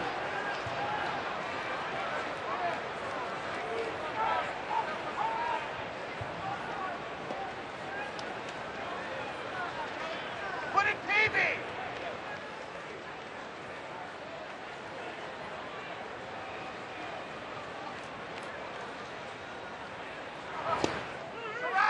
And there's a strike. Bronx cheer.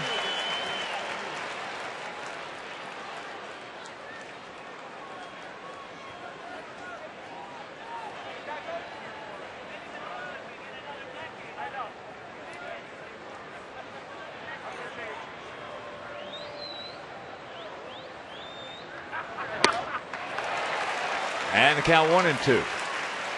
That is the final now from Cleveland. Indians beat the Tigers 11-1.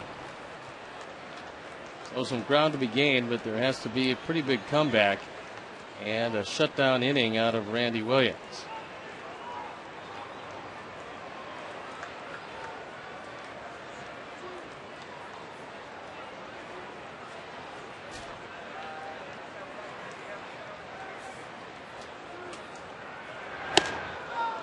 Up and in.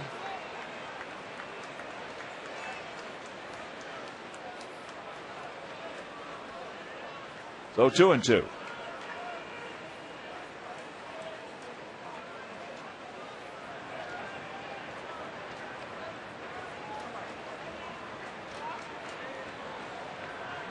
Take him right here. You don't want to go full. He gone. 2 down.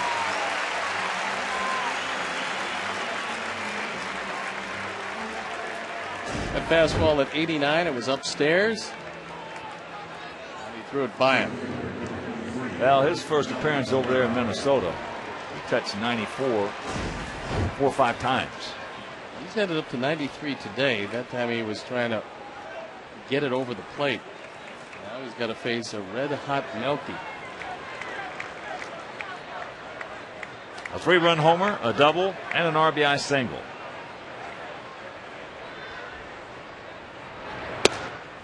Takes it up high.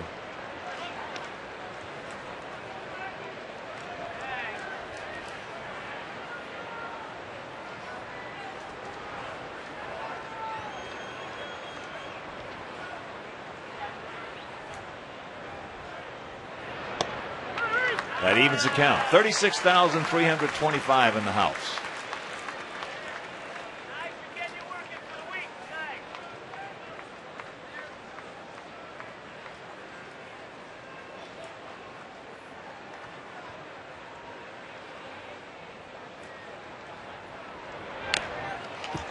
And he's ahead. The ball and 2 strikes.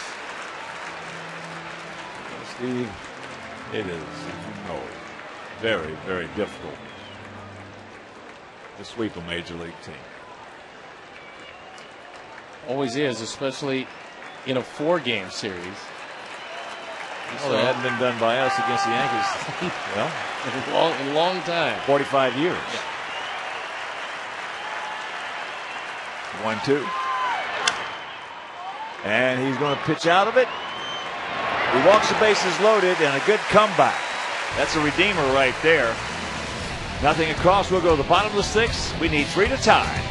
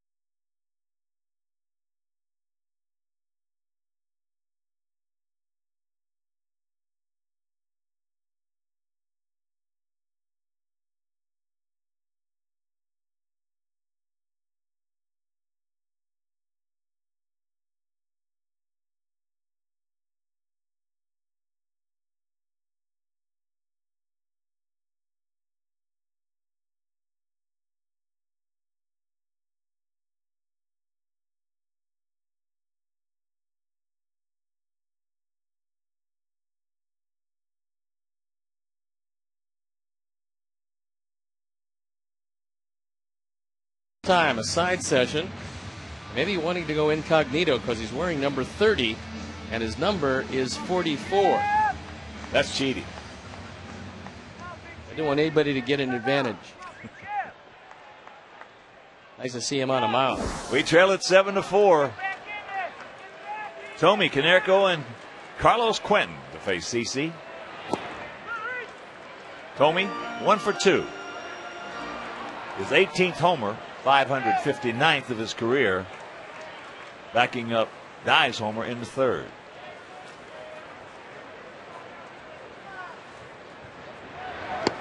Breaking ball. Jim now 4 for 23 lifetime off Sabathia.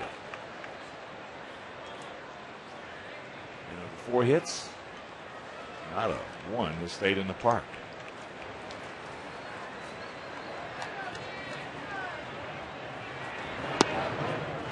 Good eye.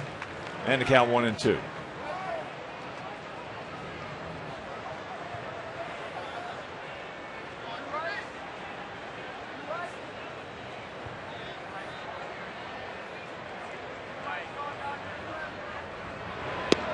got him. He knew it. 1 out. Curveball. Yeah, he got him on the breaking ball, and that one split the middle of the plate.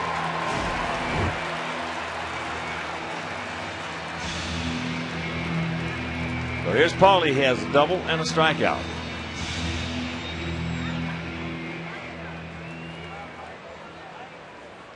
Who got you the most? Home runs? I remember Cecil Cooper had 5 in 2 years. I told Dempsey to tell him what was coming. He could hardly hit me any better.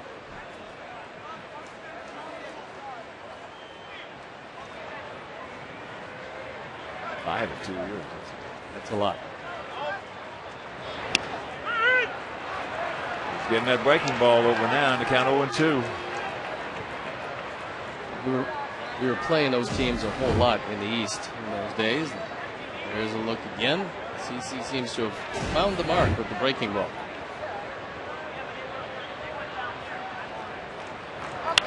And there's a shot. So Paulie 2 for 3. More importantly, a base runner. It also brings up a guy who's been up twice and hit the ball hard twice. Carlos Quint. And that time, that breaking ball was a bit of a roller. That didn't break near as sharply as the one he threw to Jim Thome to strike him out. No, even though that ball, a curveball he threw to Thome, was up a little bit, it was still digging. Yeah. You can throw a high curveball that's not a hanger.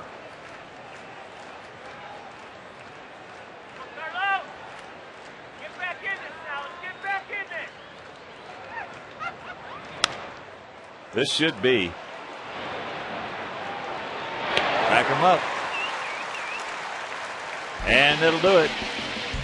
We'll go to the 7th. It is still 7-4 Yankees.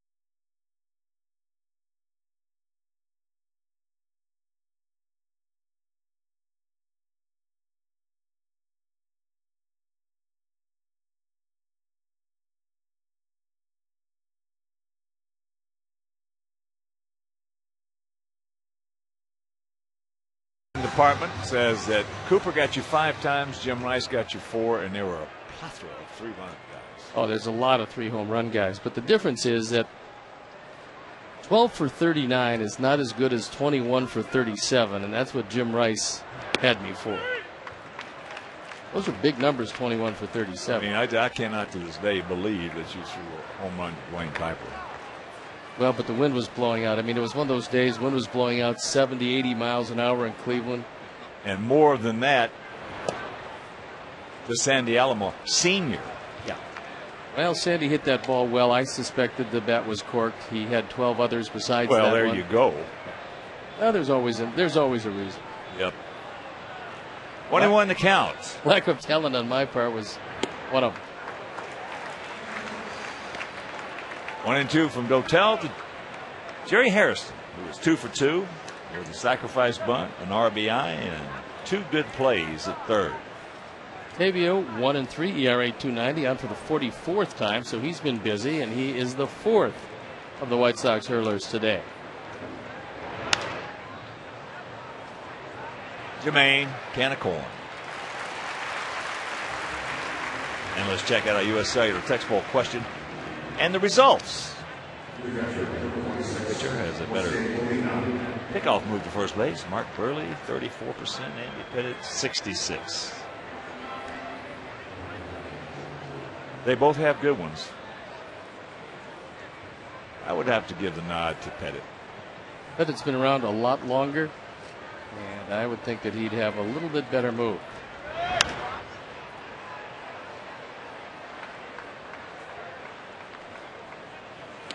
Here's Andy. Jabba Chamberlain to his right. And Mark Teixeira to his left. The controversy in New York about Chamberlain is should they use him as a starter or reliever. Lena almost walked into that one. They're going to go through that scenario again? Well, right now he is a starter. And he's 7-2, so he's done a pretty good job. And Molina does a nice job of getting out of the way of it. Well, they've got a good manager and a good coaching staff. Why don't they just let them make that decision? I think you could probably do both. The question is with the Yankees, how deep does that starting rotation go? Because Chamberlain has done a terrific job as a starter this year. He's made all 20 of his appearances in the starting rotation. What they're afraid of, Hawk, is the amount of innings he's going to have to pitch. He's got 110 already, and they talk about, for him, his relative inexperience as a full-time starter, 160, 170 innings. He's going to get there before the end of this year. Again, they've got a good manager and a good coaching staff. Those guys know all those numbers. They do.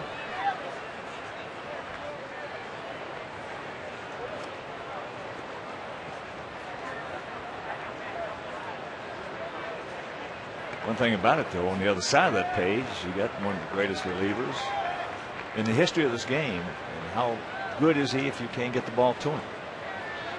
Well, there's one of the things that I think the Yankees worry about. Last year, Chamberlain had 100 innings pitched. And that was the most he's ever had in his very short career. He started his pro career in '07. And that year he pitched a little over 100 innings. Last year, 100 and a third innings. This year, I don't think they want to get him to 185, 190. He gone. Well, I was watching the game yesterday.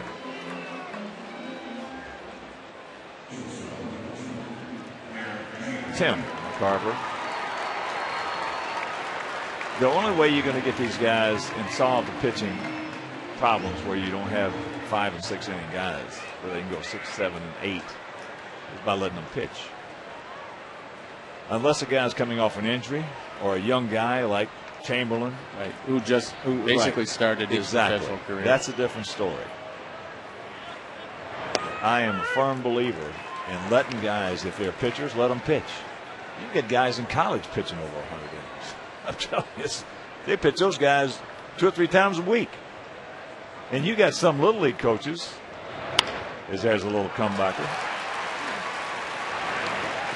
So Jeter is retired. A 1-2-3 inning for Dotel. 7th inning stretch is still 7-4 bad guys.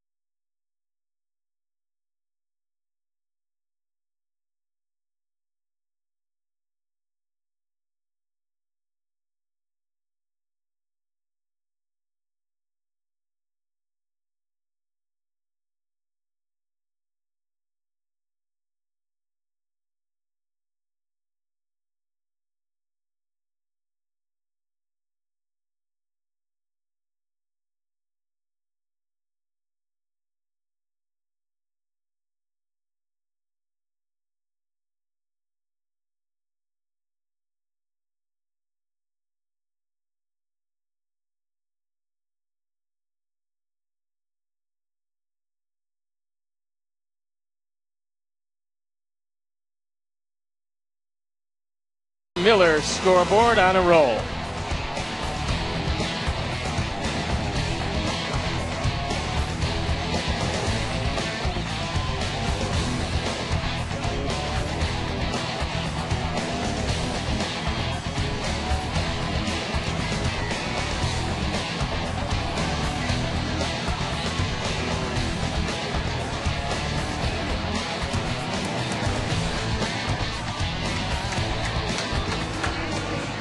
It'll be Getz, Nix, and Castro in the bottom of the 7th inning to face CC Sabathia, who has a 3-run lead. Sox have been out hit 13-8. It's been an errorless game. And it's time to get something started with the bottom part of the order against Sabathia, who had 1 inning where he was touched up. That was the 3rd.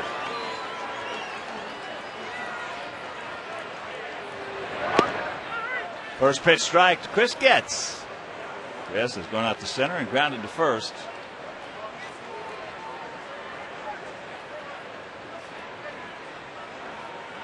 Outfield, not equidistant, slightly to the left. And the count 0-2. You are horrible. What are you with it? Good 2-strike hitter, Chris, right here, buddy. Just fights that one off. Got Linebrink getting loosened up in the bullpen. Hotel with a good solid inning in the 7th.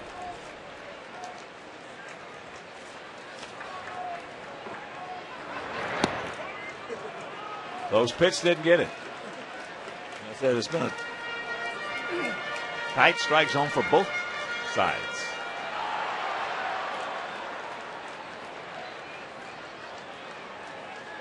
In a hitter's zone.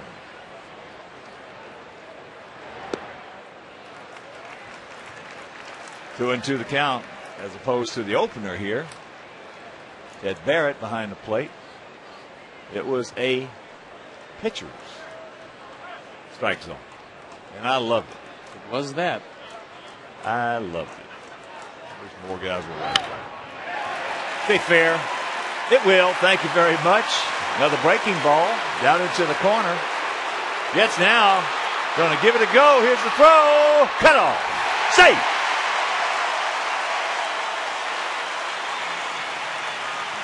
Well, Chris Getz has tremendous speed, and he came out of the box thinking 3 bases all the way and realizing that you can run on Swisher. That was the key. I mean, if you don't come out of the box thinking 3 bases, you're going to wind up coasting into second with a double.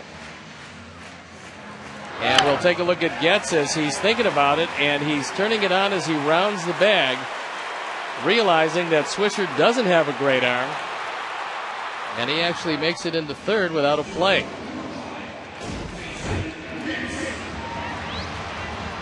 That's his 4th 3-bagger. And here's Jason Nix. He's popped up to right, and he has popped up to center. That pop up to center, he just missed. Back on the outside corner.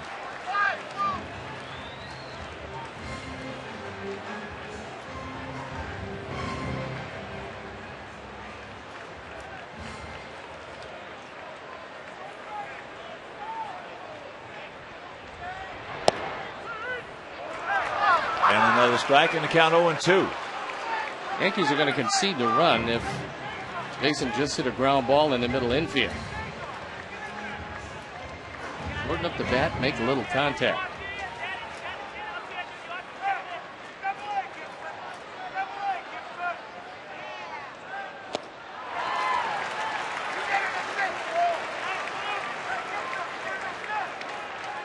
One out, 5th strikeout for Sabathia, and that'll bring up Ramon Castro.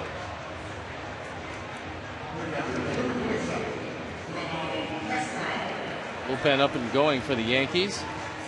And again, the Yankees are back in the middle infield, going to concede the run.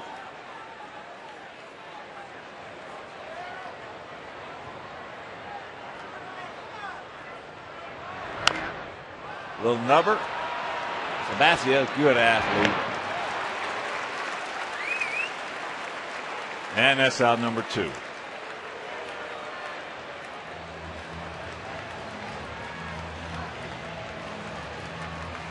So it's up to Scotty Potts, who's 1 for 3, had a double back in the 3rd inning.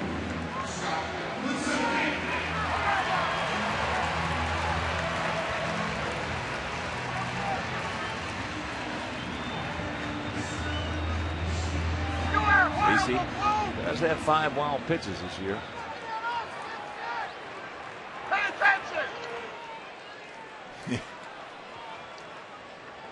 I'm not sure he has all that many with Molina behind the plate. That is popped up. CeCe is there, makes the catch. So we get a leadoff triple by Chris Getz, and Sabathia leaves him right there.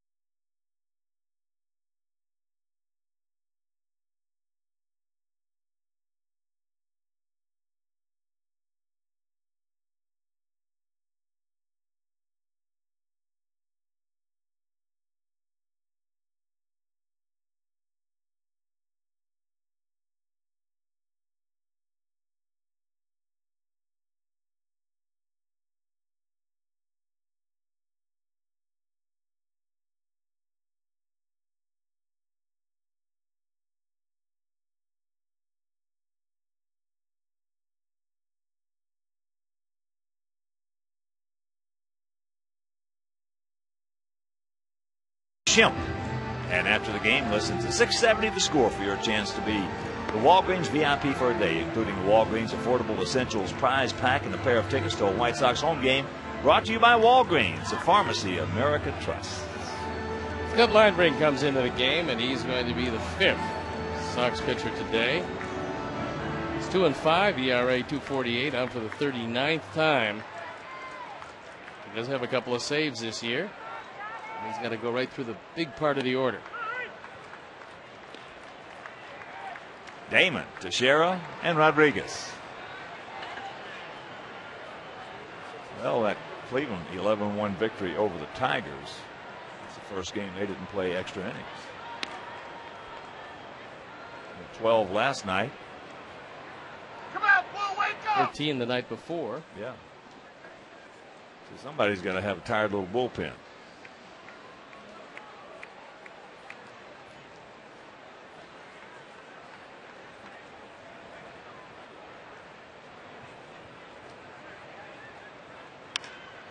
And that is slap foul. Baltimore is currently asking for volunteers in that game. Trail the Red Sox by a scant 16-7 mark.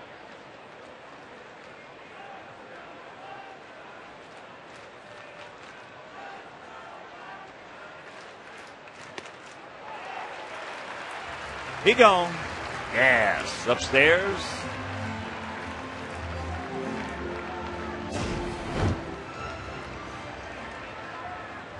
Fastball just below the letters on the outside corner. Good pitch. And here's Teixeira, 1 for 3. Pop it out, Bree. What's your favorite? Whoa. 2-0 the count. Teixeira, that infield single back in the third.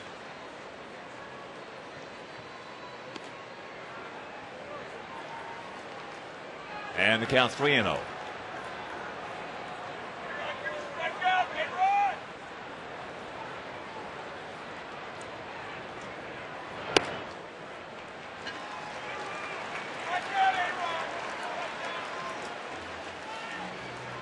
August 8th at 6:05, it's the White Sox versus the Indians. Fans will enjoy post-game fireworks presented by St. Xavier University. For tickets, call 866-SOX-GAME or visit whitesox.com. Fans giving Rodriguez a little love as he is 1 for 3. Takes ball 1. And walk. Share of the 5th by Sox pitching. Sabathia has yet to walk one of our guys. Outfield straight up.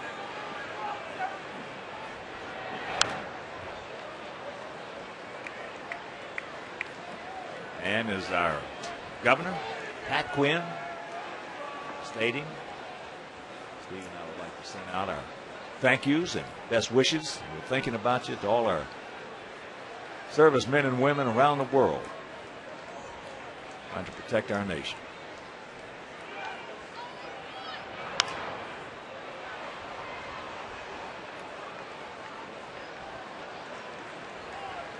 Pat Quinn's a good man.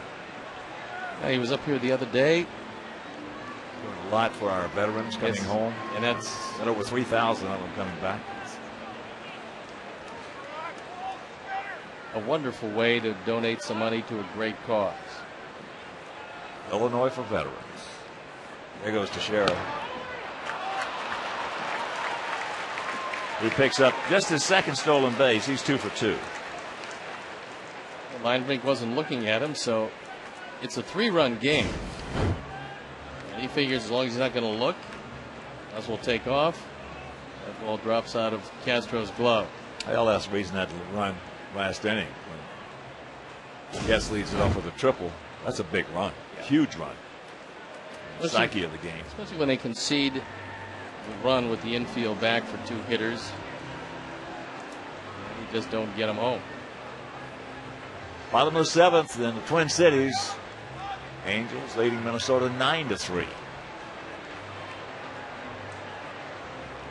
Big run.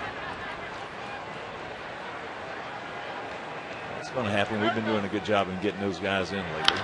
That ball hit hard. Becker.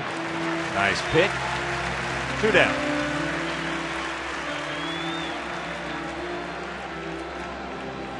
He's getting the speed down. He's had a couple of balls hit to him today. The only problem has been he's had about 5 of them hit to his left, which were absolutely perfect for base hits. I mean, right in the middle of that hole. Yep. The Yankees filled up that hole on the left side against Mark Buehrle today. So here's Swisher. 2 for 2, couple of walks. And a swinging bunt single in the second that started off that 3-run inning, highlighted by Cabrera's 3-run homer. Takes it low and away.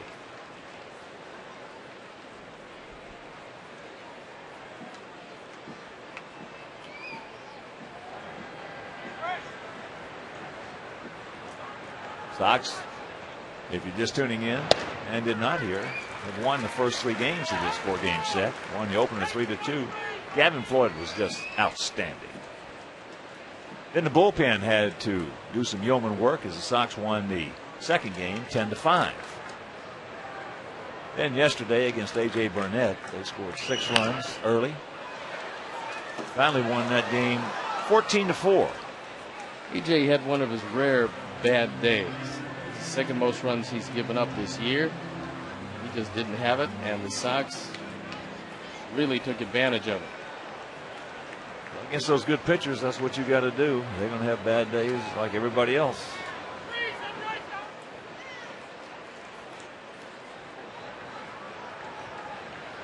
Because when they have their good days, you're in trouble.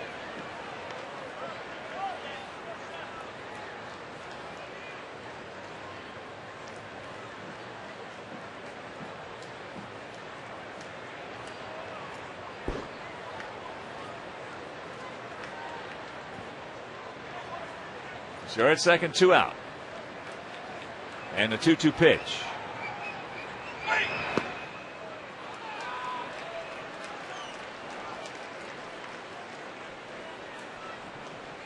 Full count with Cano on deck.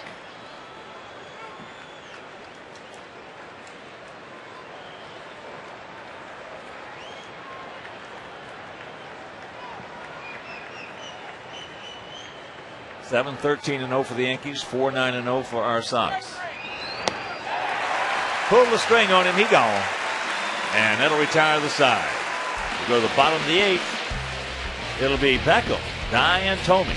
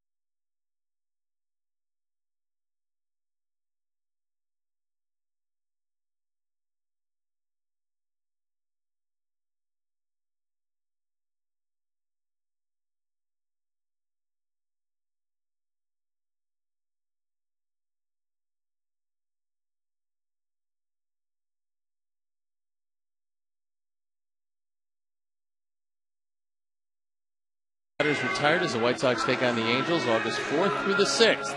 The Mark Buehrle Appreciation Series will feature giveaways while supplies last, including perfect game baseball card and collectible poster. Tuesday will feature an on-field pregame ceremony. Tickets are available as low as $9 in honor of Buehrle's 9 perfect innings. That ball hit deep in the right center field.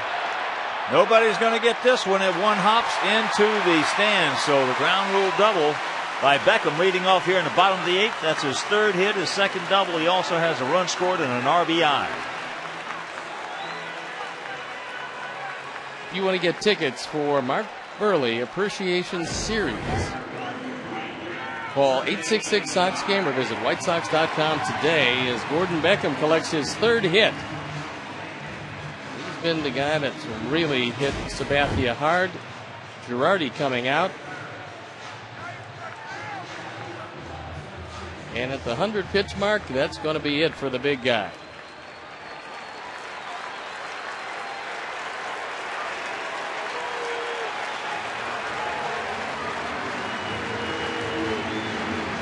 So the big man,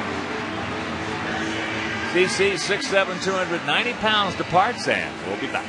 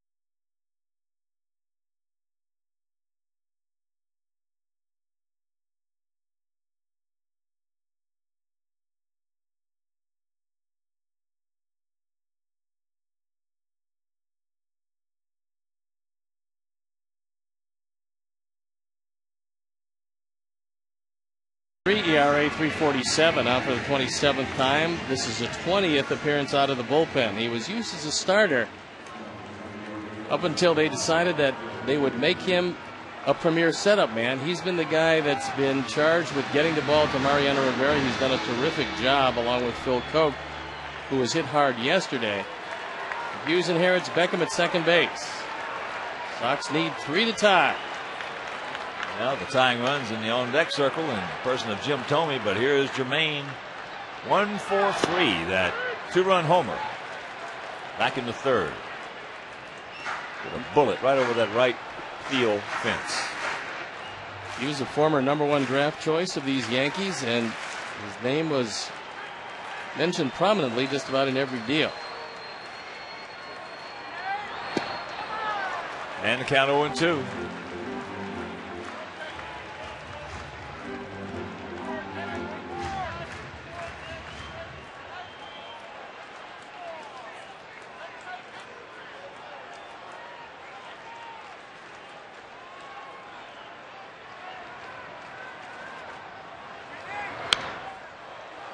Made a pretty good pitch on him right there, and JD just fights it off.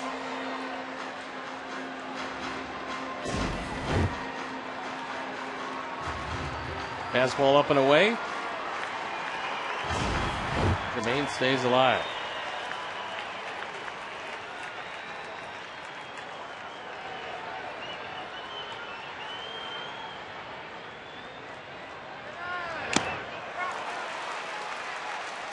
It's 96. Inner portion, throws it right by him. 1 out. When Hughes was a starter, that fastball was 92 occasionally. Talked to Joe Girardi about it. He said that when they moved him into the bullpen as a setup man, he averaged about 3 to 4 miles an hour quicker with his fastball.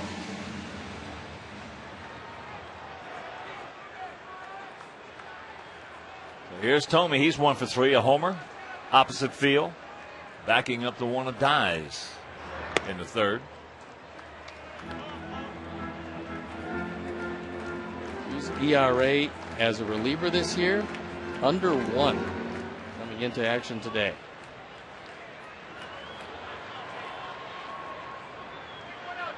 No, back well on the grass in right field, short right field. And the count 2-0 with Konerko on deck.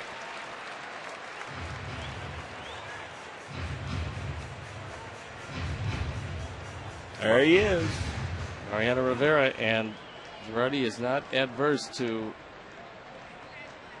4 or 5 out saves from Rivera.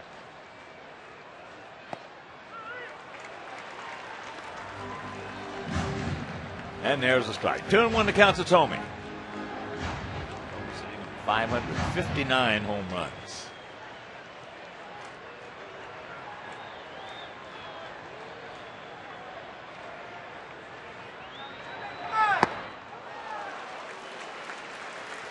Fastball at 95.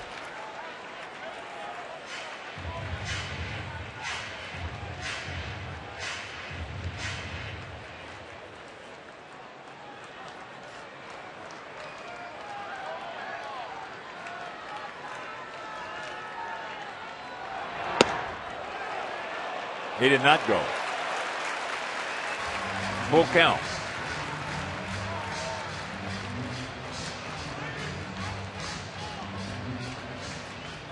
Ball 4 base hit right here, 25.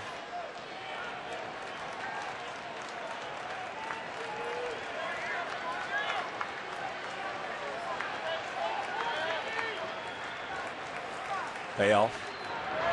And that's ball 4. Tying run comes to the plate.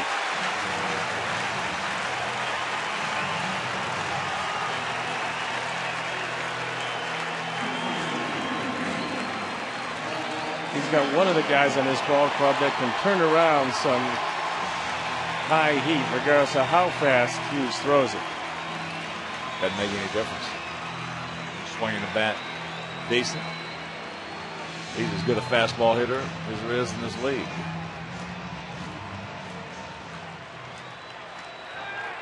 Dave Island making sure that Rivera is ready.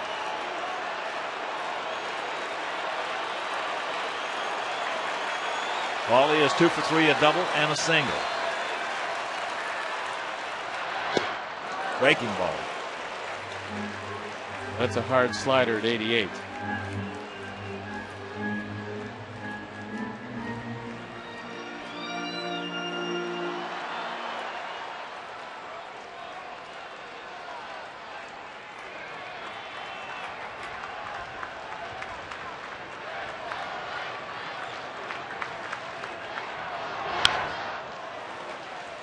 Comes at him with a 95-mile-an-hour fastball. Just a little tardy right there. Meanwhile, the count is 0-2 with Carlos Quentin on deck.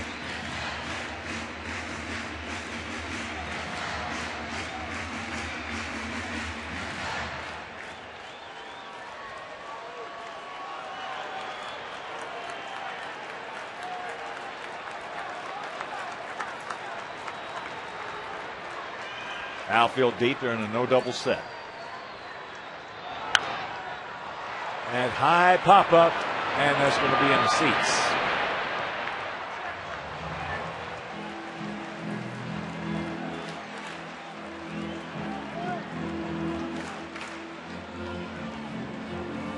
$36,325. Well, the Sox trailing 3-0 after 2, come back with 4 to take the lead in the third. The Yankees with 2 in the fourth, 2 in the fifth.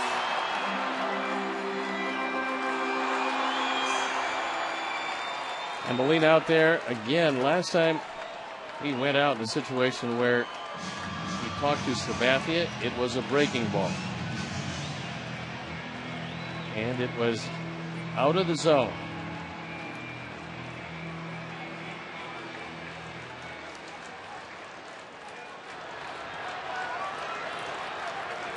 Hughes is ready. Paulie now will step in, tap that plate.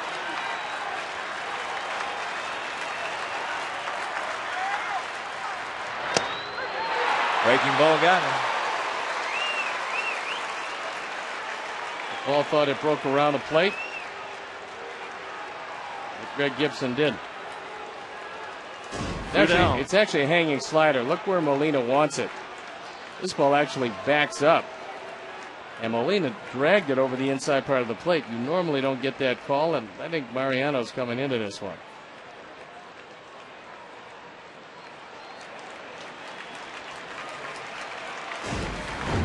So Hughes will depart.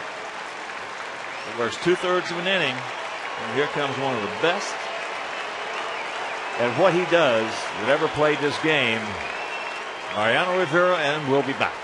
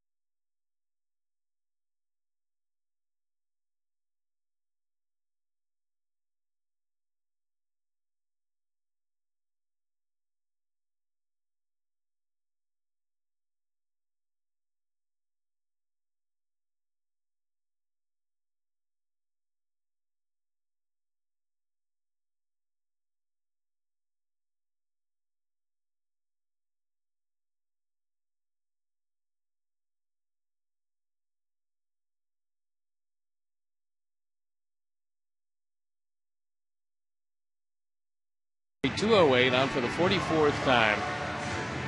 He is not allowed a run over his last 17 appearances, and he's only given up 4 hits in his last 16 2/3 innings. But he will face Carlos Quentin representing the tying run, as as he inherits runners at first and second and 2 outs here in the bottom of the 8th. Carlos is 1 for 3 this afternoon.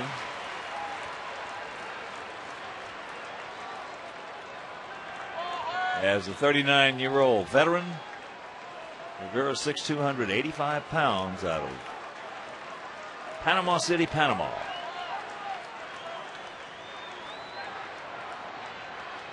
First pitch always big. And that ball is a base hit down the right field line.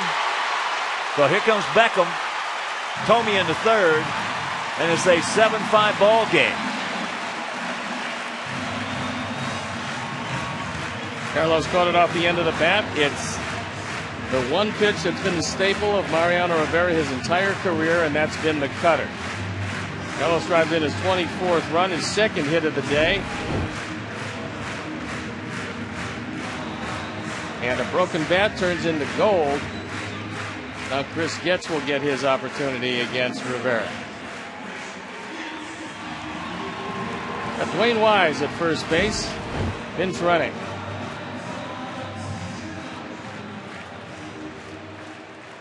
Well, here's Chris Getz. He tripled the leadoff last inning, and Sabathia left him right there at third.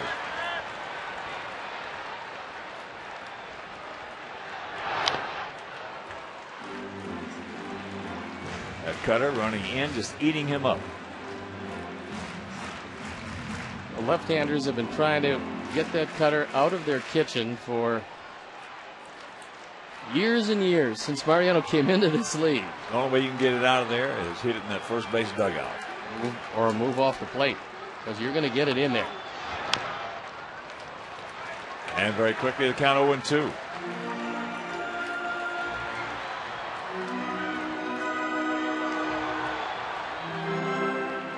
Last couple of years, Mariano, if you move off the plate, he's come up with a two-seamer that he'll just turn over.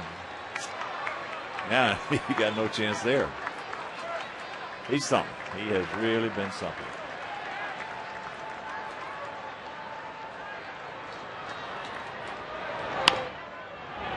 That's a foul ball. They're talking about who the best is prior to the game. Reliever. There have been so many great ones. Eckersley, of course. Raleigh Fingers. I mean, some really great relievers. Trevor Hoffman, who has got the record. But this guy, because of where he played, the stage he had, situations he was in with playoffs and World Series, he's right there at the top. Backdoor cutter. Yep. And that'll do it. We pick up one. We'll go to the ninth. It is 7-5 Yankees.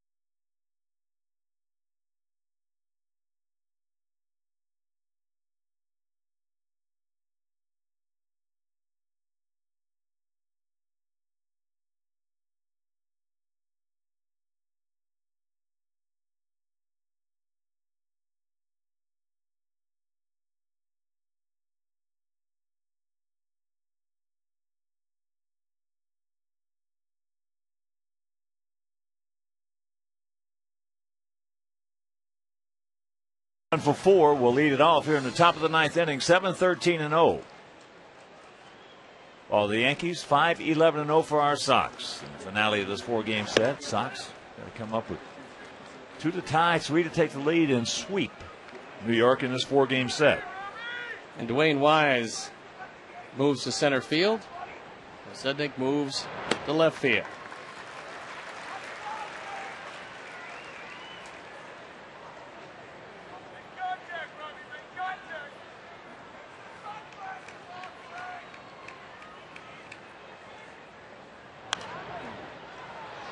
Fouled away. And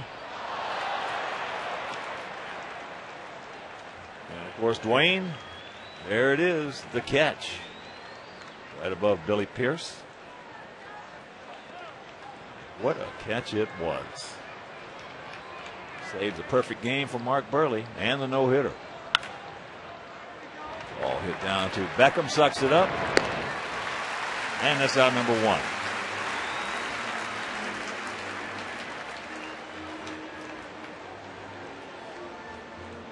I still remember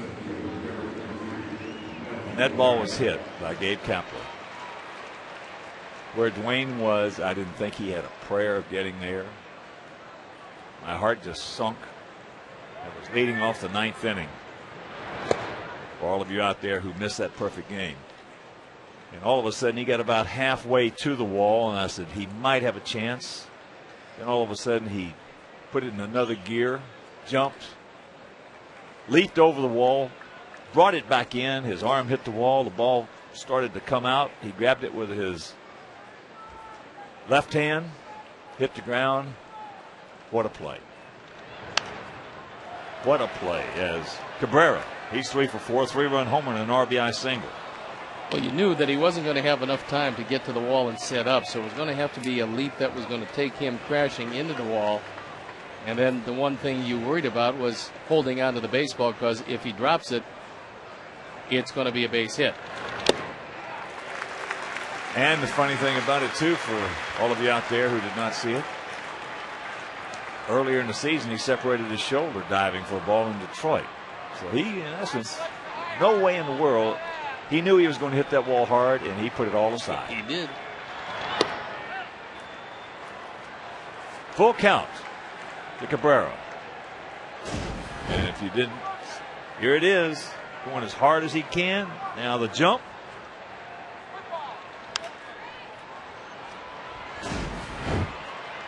And that ball is not playable. What a play. Well, there's no real reason to call for that one, because he was the only man in the universe that could have made the play. He just sprinted and made one of the great catches under the circumstances maybe that ever was. Well, in my 50 years in this game, that's the greatest. Under those circumstances, that's the greatest catch I've ever seen. Ball hit hard. Over the head of Jermaine. He misread it a little bit. Well, Cabrera now trying for the cycle. Here's the throw. Safe. And he has hit for the cycle on a misjudged line drive. That's a rare accomplishment. First triple of the season.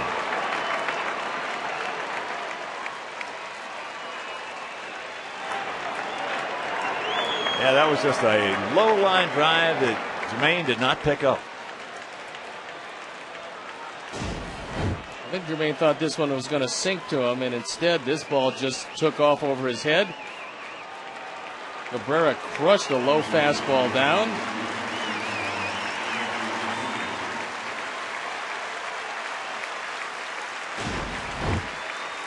So Matsui going to hit for Hairston, and they're going to put him on.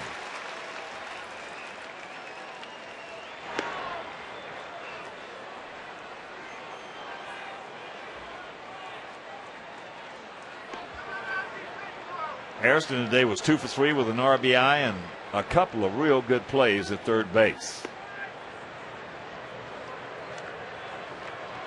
So Jerry, since joining the Bombers, 3 for 6 with 2 RBIs. And throwing some leather.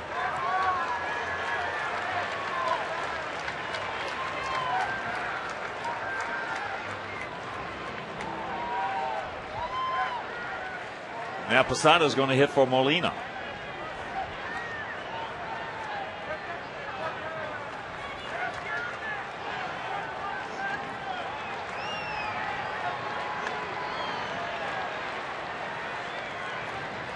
Here's a look at Jorge Posada, switch hitter.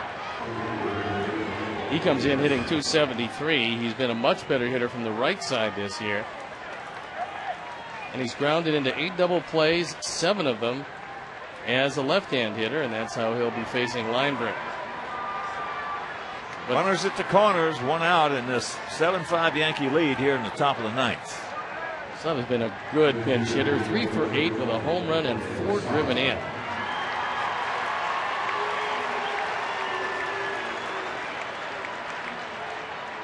Cody Ransom comes on to pinch run.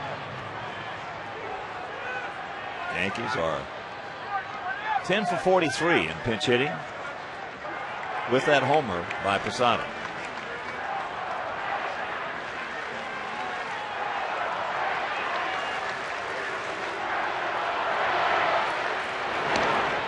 Oh, he had him if he had made it quick. Right. If he'd have done that quickly, he's out at first base.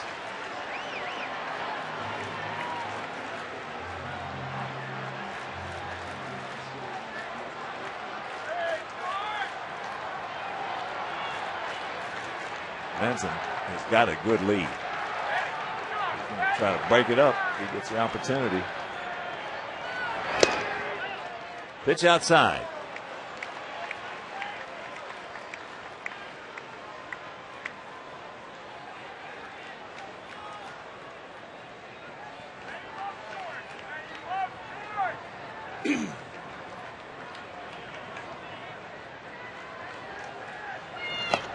Goes through that one, does Posada. And the count 1-1. A ball is striking out here in the top of the 9th. 7-14-0 for New York, 5-11-0 for our Sox.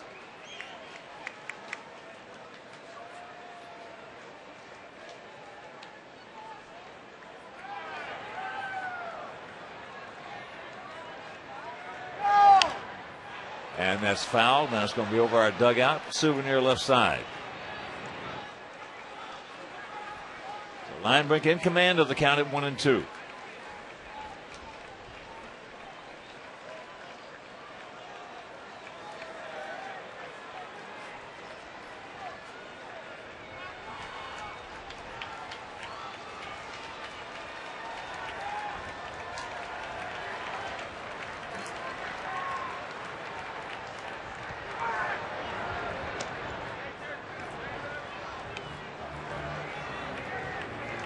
Kelleher, the coach at first, telling him to get back. Coach at third. Bob Thompson.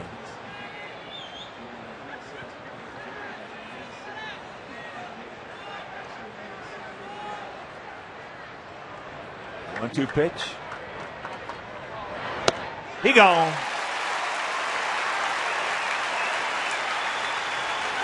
Third strikeout for Linebrick. 2 down, and that'll bring up the dangerous Derek Jeter. Fastball tailing away from Posada. And it's out of the zone, but he gets him.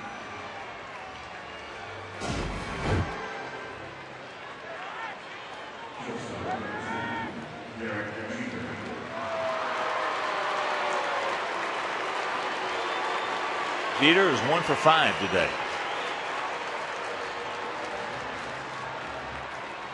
Just tuning in, Yankees 3 in the second, took the lead.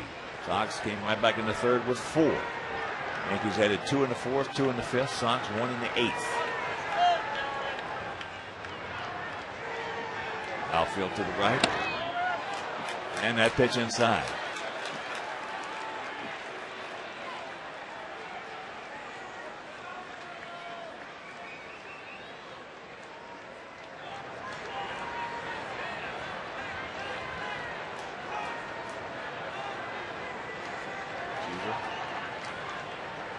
.316 lifetime hitter in New York as the count goes to 2-0.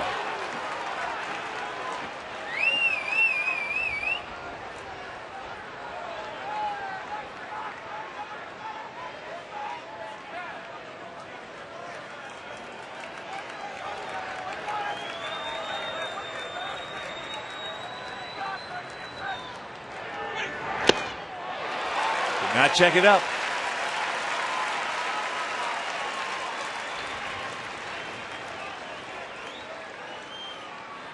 At 316 lifetime averages, 5th all time for the Yankees. Babe Ruth leads with a 349. Lou Gehrig 340. Earl Combs 325, the same as Joe DiMaggio. And there's the strike. 2-2.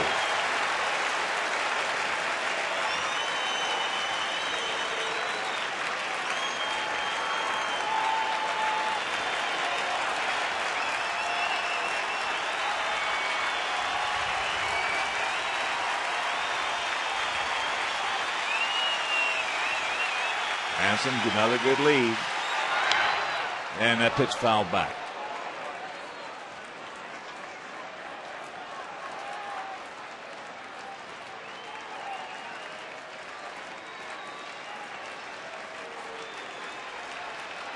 Jeter doesn't strike out very much.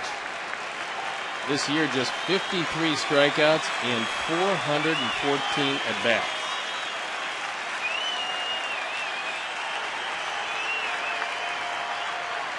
There goes the runner. And there's a base hit. Well, Ransom on his way to third. He will get there, and it's an 8-5 ball game. Another clutch base hit by the Yankee captain, Derek Jeter.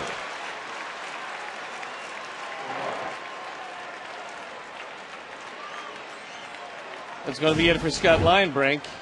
As Jeter drives in his 44th run on a fastball, inner portion, he brings the hands in and just drives it through that very familiar hole on the left side. Yankees have used that all day long. Ozzy's out. Linebrink is gone. And we'll be back.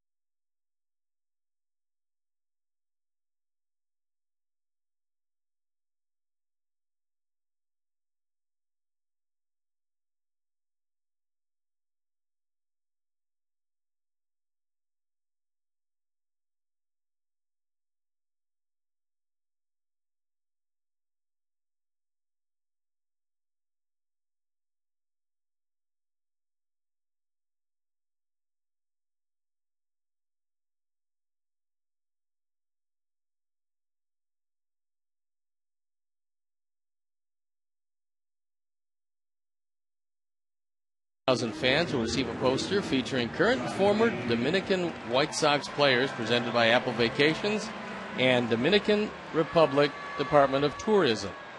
For tickets, call 866-SOX-GAME or visit whitesox.com. Johnny Nunez comes in, runners at the corners. This is his major league debut. Those numbers are with Birmingham at Double-A, and they're very impressive. And Johnny Damon, the hitter, out in front. Hooks it foul. He is out of the Dominican Republic. 23 years old, 6'3", 185 pounds. Came over in the Swisher deal.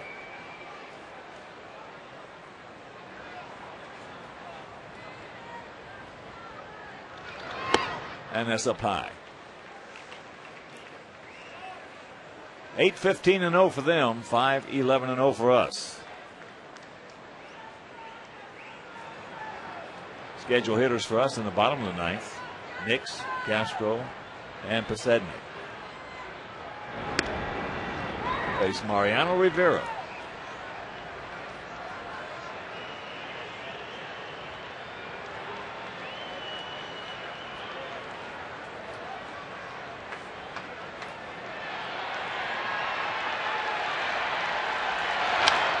And that's out of play.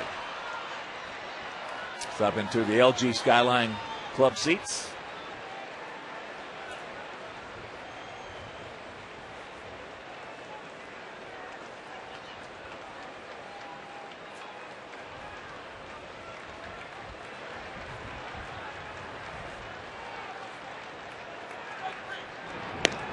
Damon 1 for 5, had that RBI single back in the 4th inning.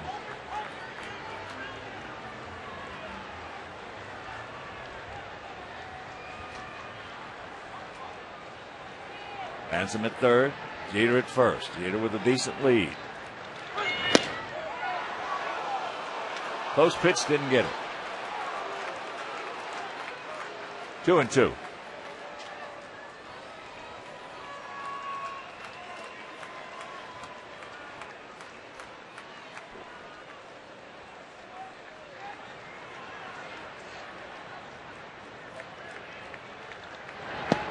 And a full count.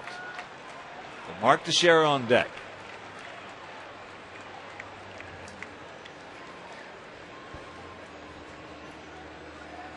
You would just as soon end it here with Johnny Damon rather than face the next guy.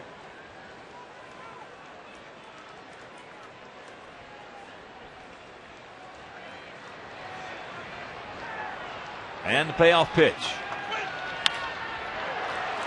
Nix got it. Guns over. Just in time.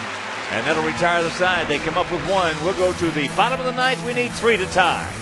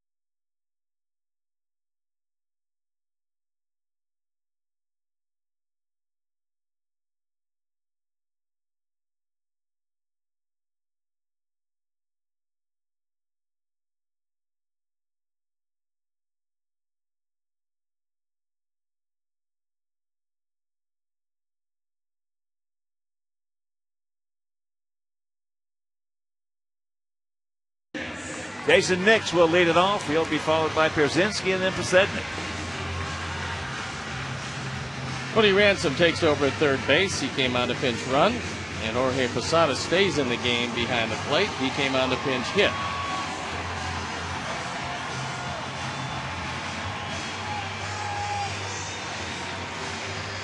So an 8-5 New York lead. We'll try to get on the board against our Sox in this 4-game set.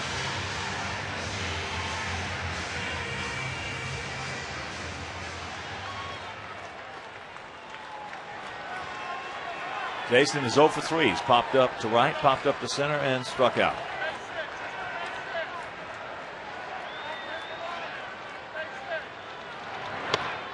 Takes first pitch strike. Top of the 9th in Minnesota. Angels leading the Twins 13-4. Like their chances.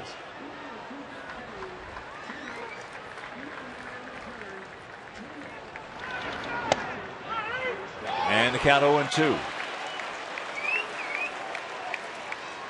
If you're waiting for a walk from Mariano, you got a long wait. Jason has got a chance to be a good hitter, but he's not good enough right now to spot these guys to strike every time he goes up there. Mariano has 5 walks in almost 45 innings of work. That's up high. Yeah, when you're young and experienced, and you're going to spot major league pitchers to strike, and you only have 2 to work with, that's not going to work. Later on, fine. After you get some experience.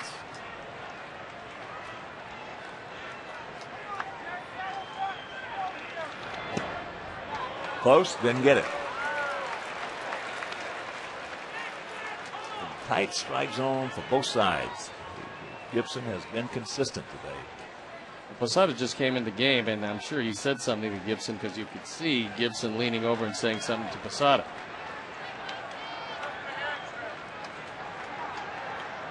2-2.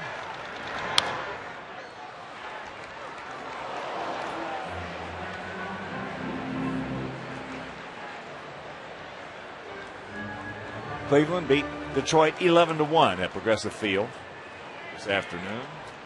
Carl Pavano having a pretty decent year for a team that's really struggled. He's one of the few guys they didn't trade.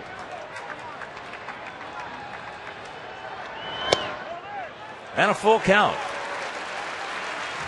Ball 4 base hit right here.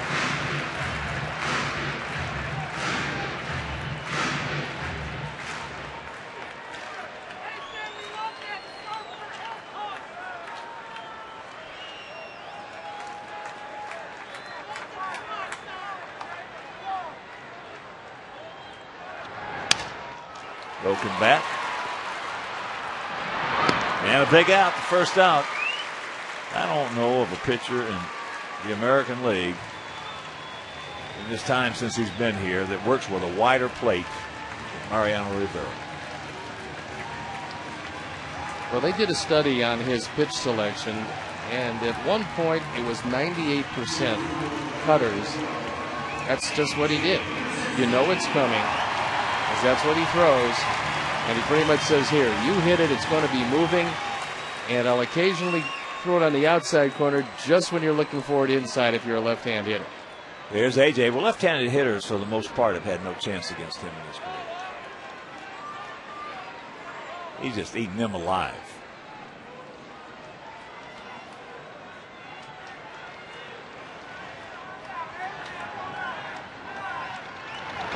And the count 2-0. AJ hitting at .315 to go along with those 11 homers and 31 knocked in. AJ's having a great year.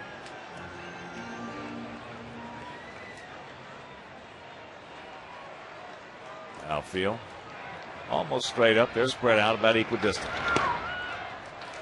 And the count's 3-0.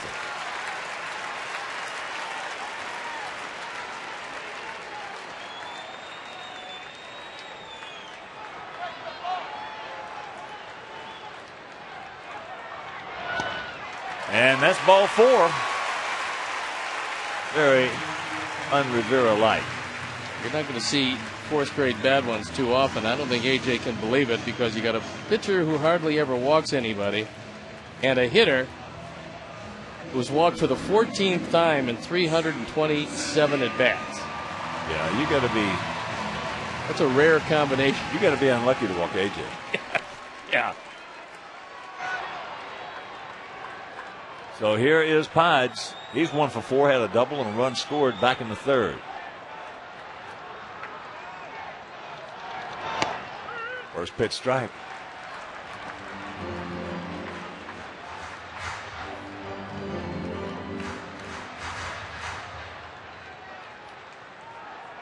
Top of the ninth in Baltimore, 18-10, Boston leading.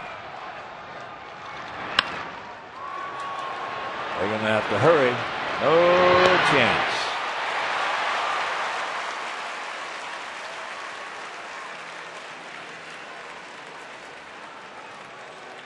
So 2 out, and that'll bring up Beckham.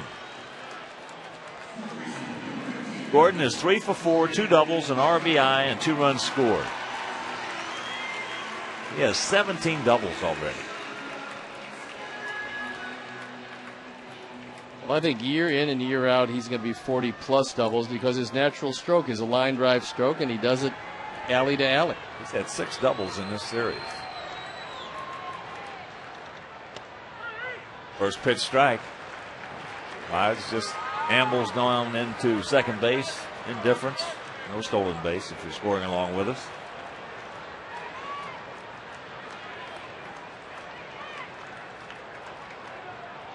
Take the force out. Ball hit hard, but Teixeira takes it up, and this ball game is over. So the Sox trying to sweep the Yankees for the first time in Chicago in a 4-game set in 45 years. The last time they did it was at Old Comiskey Park.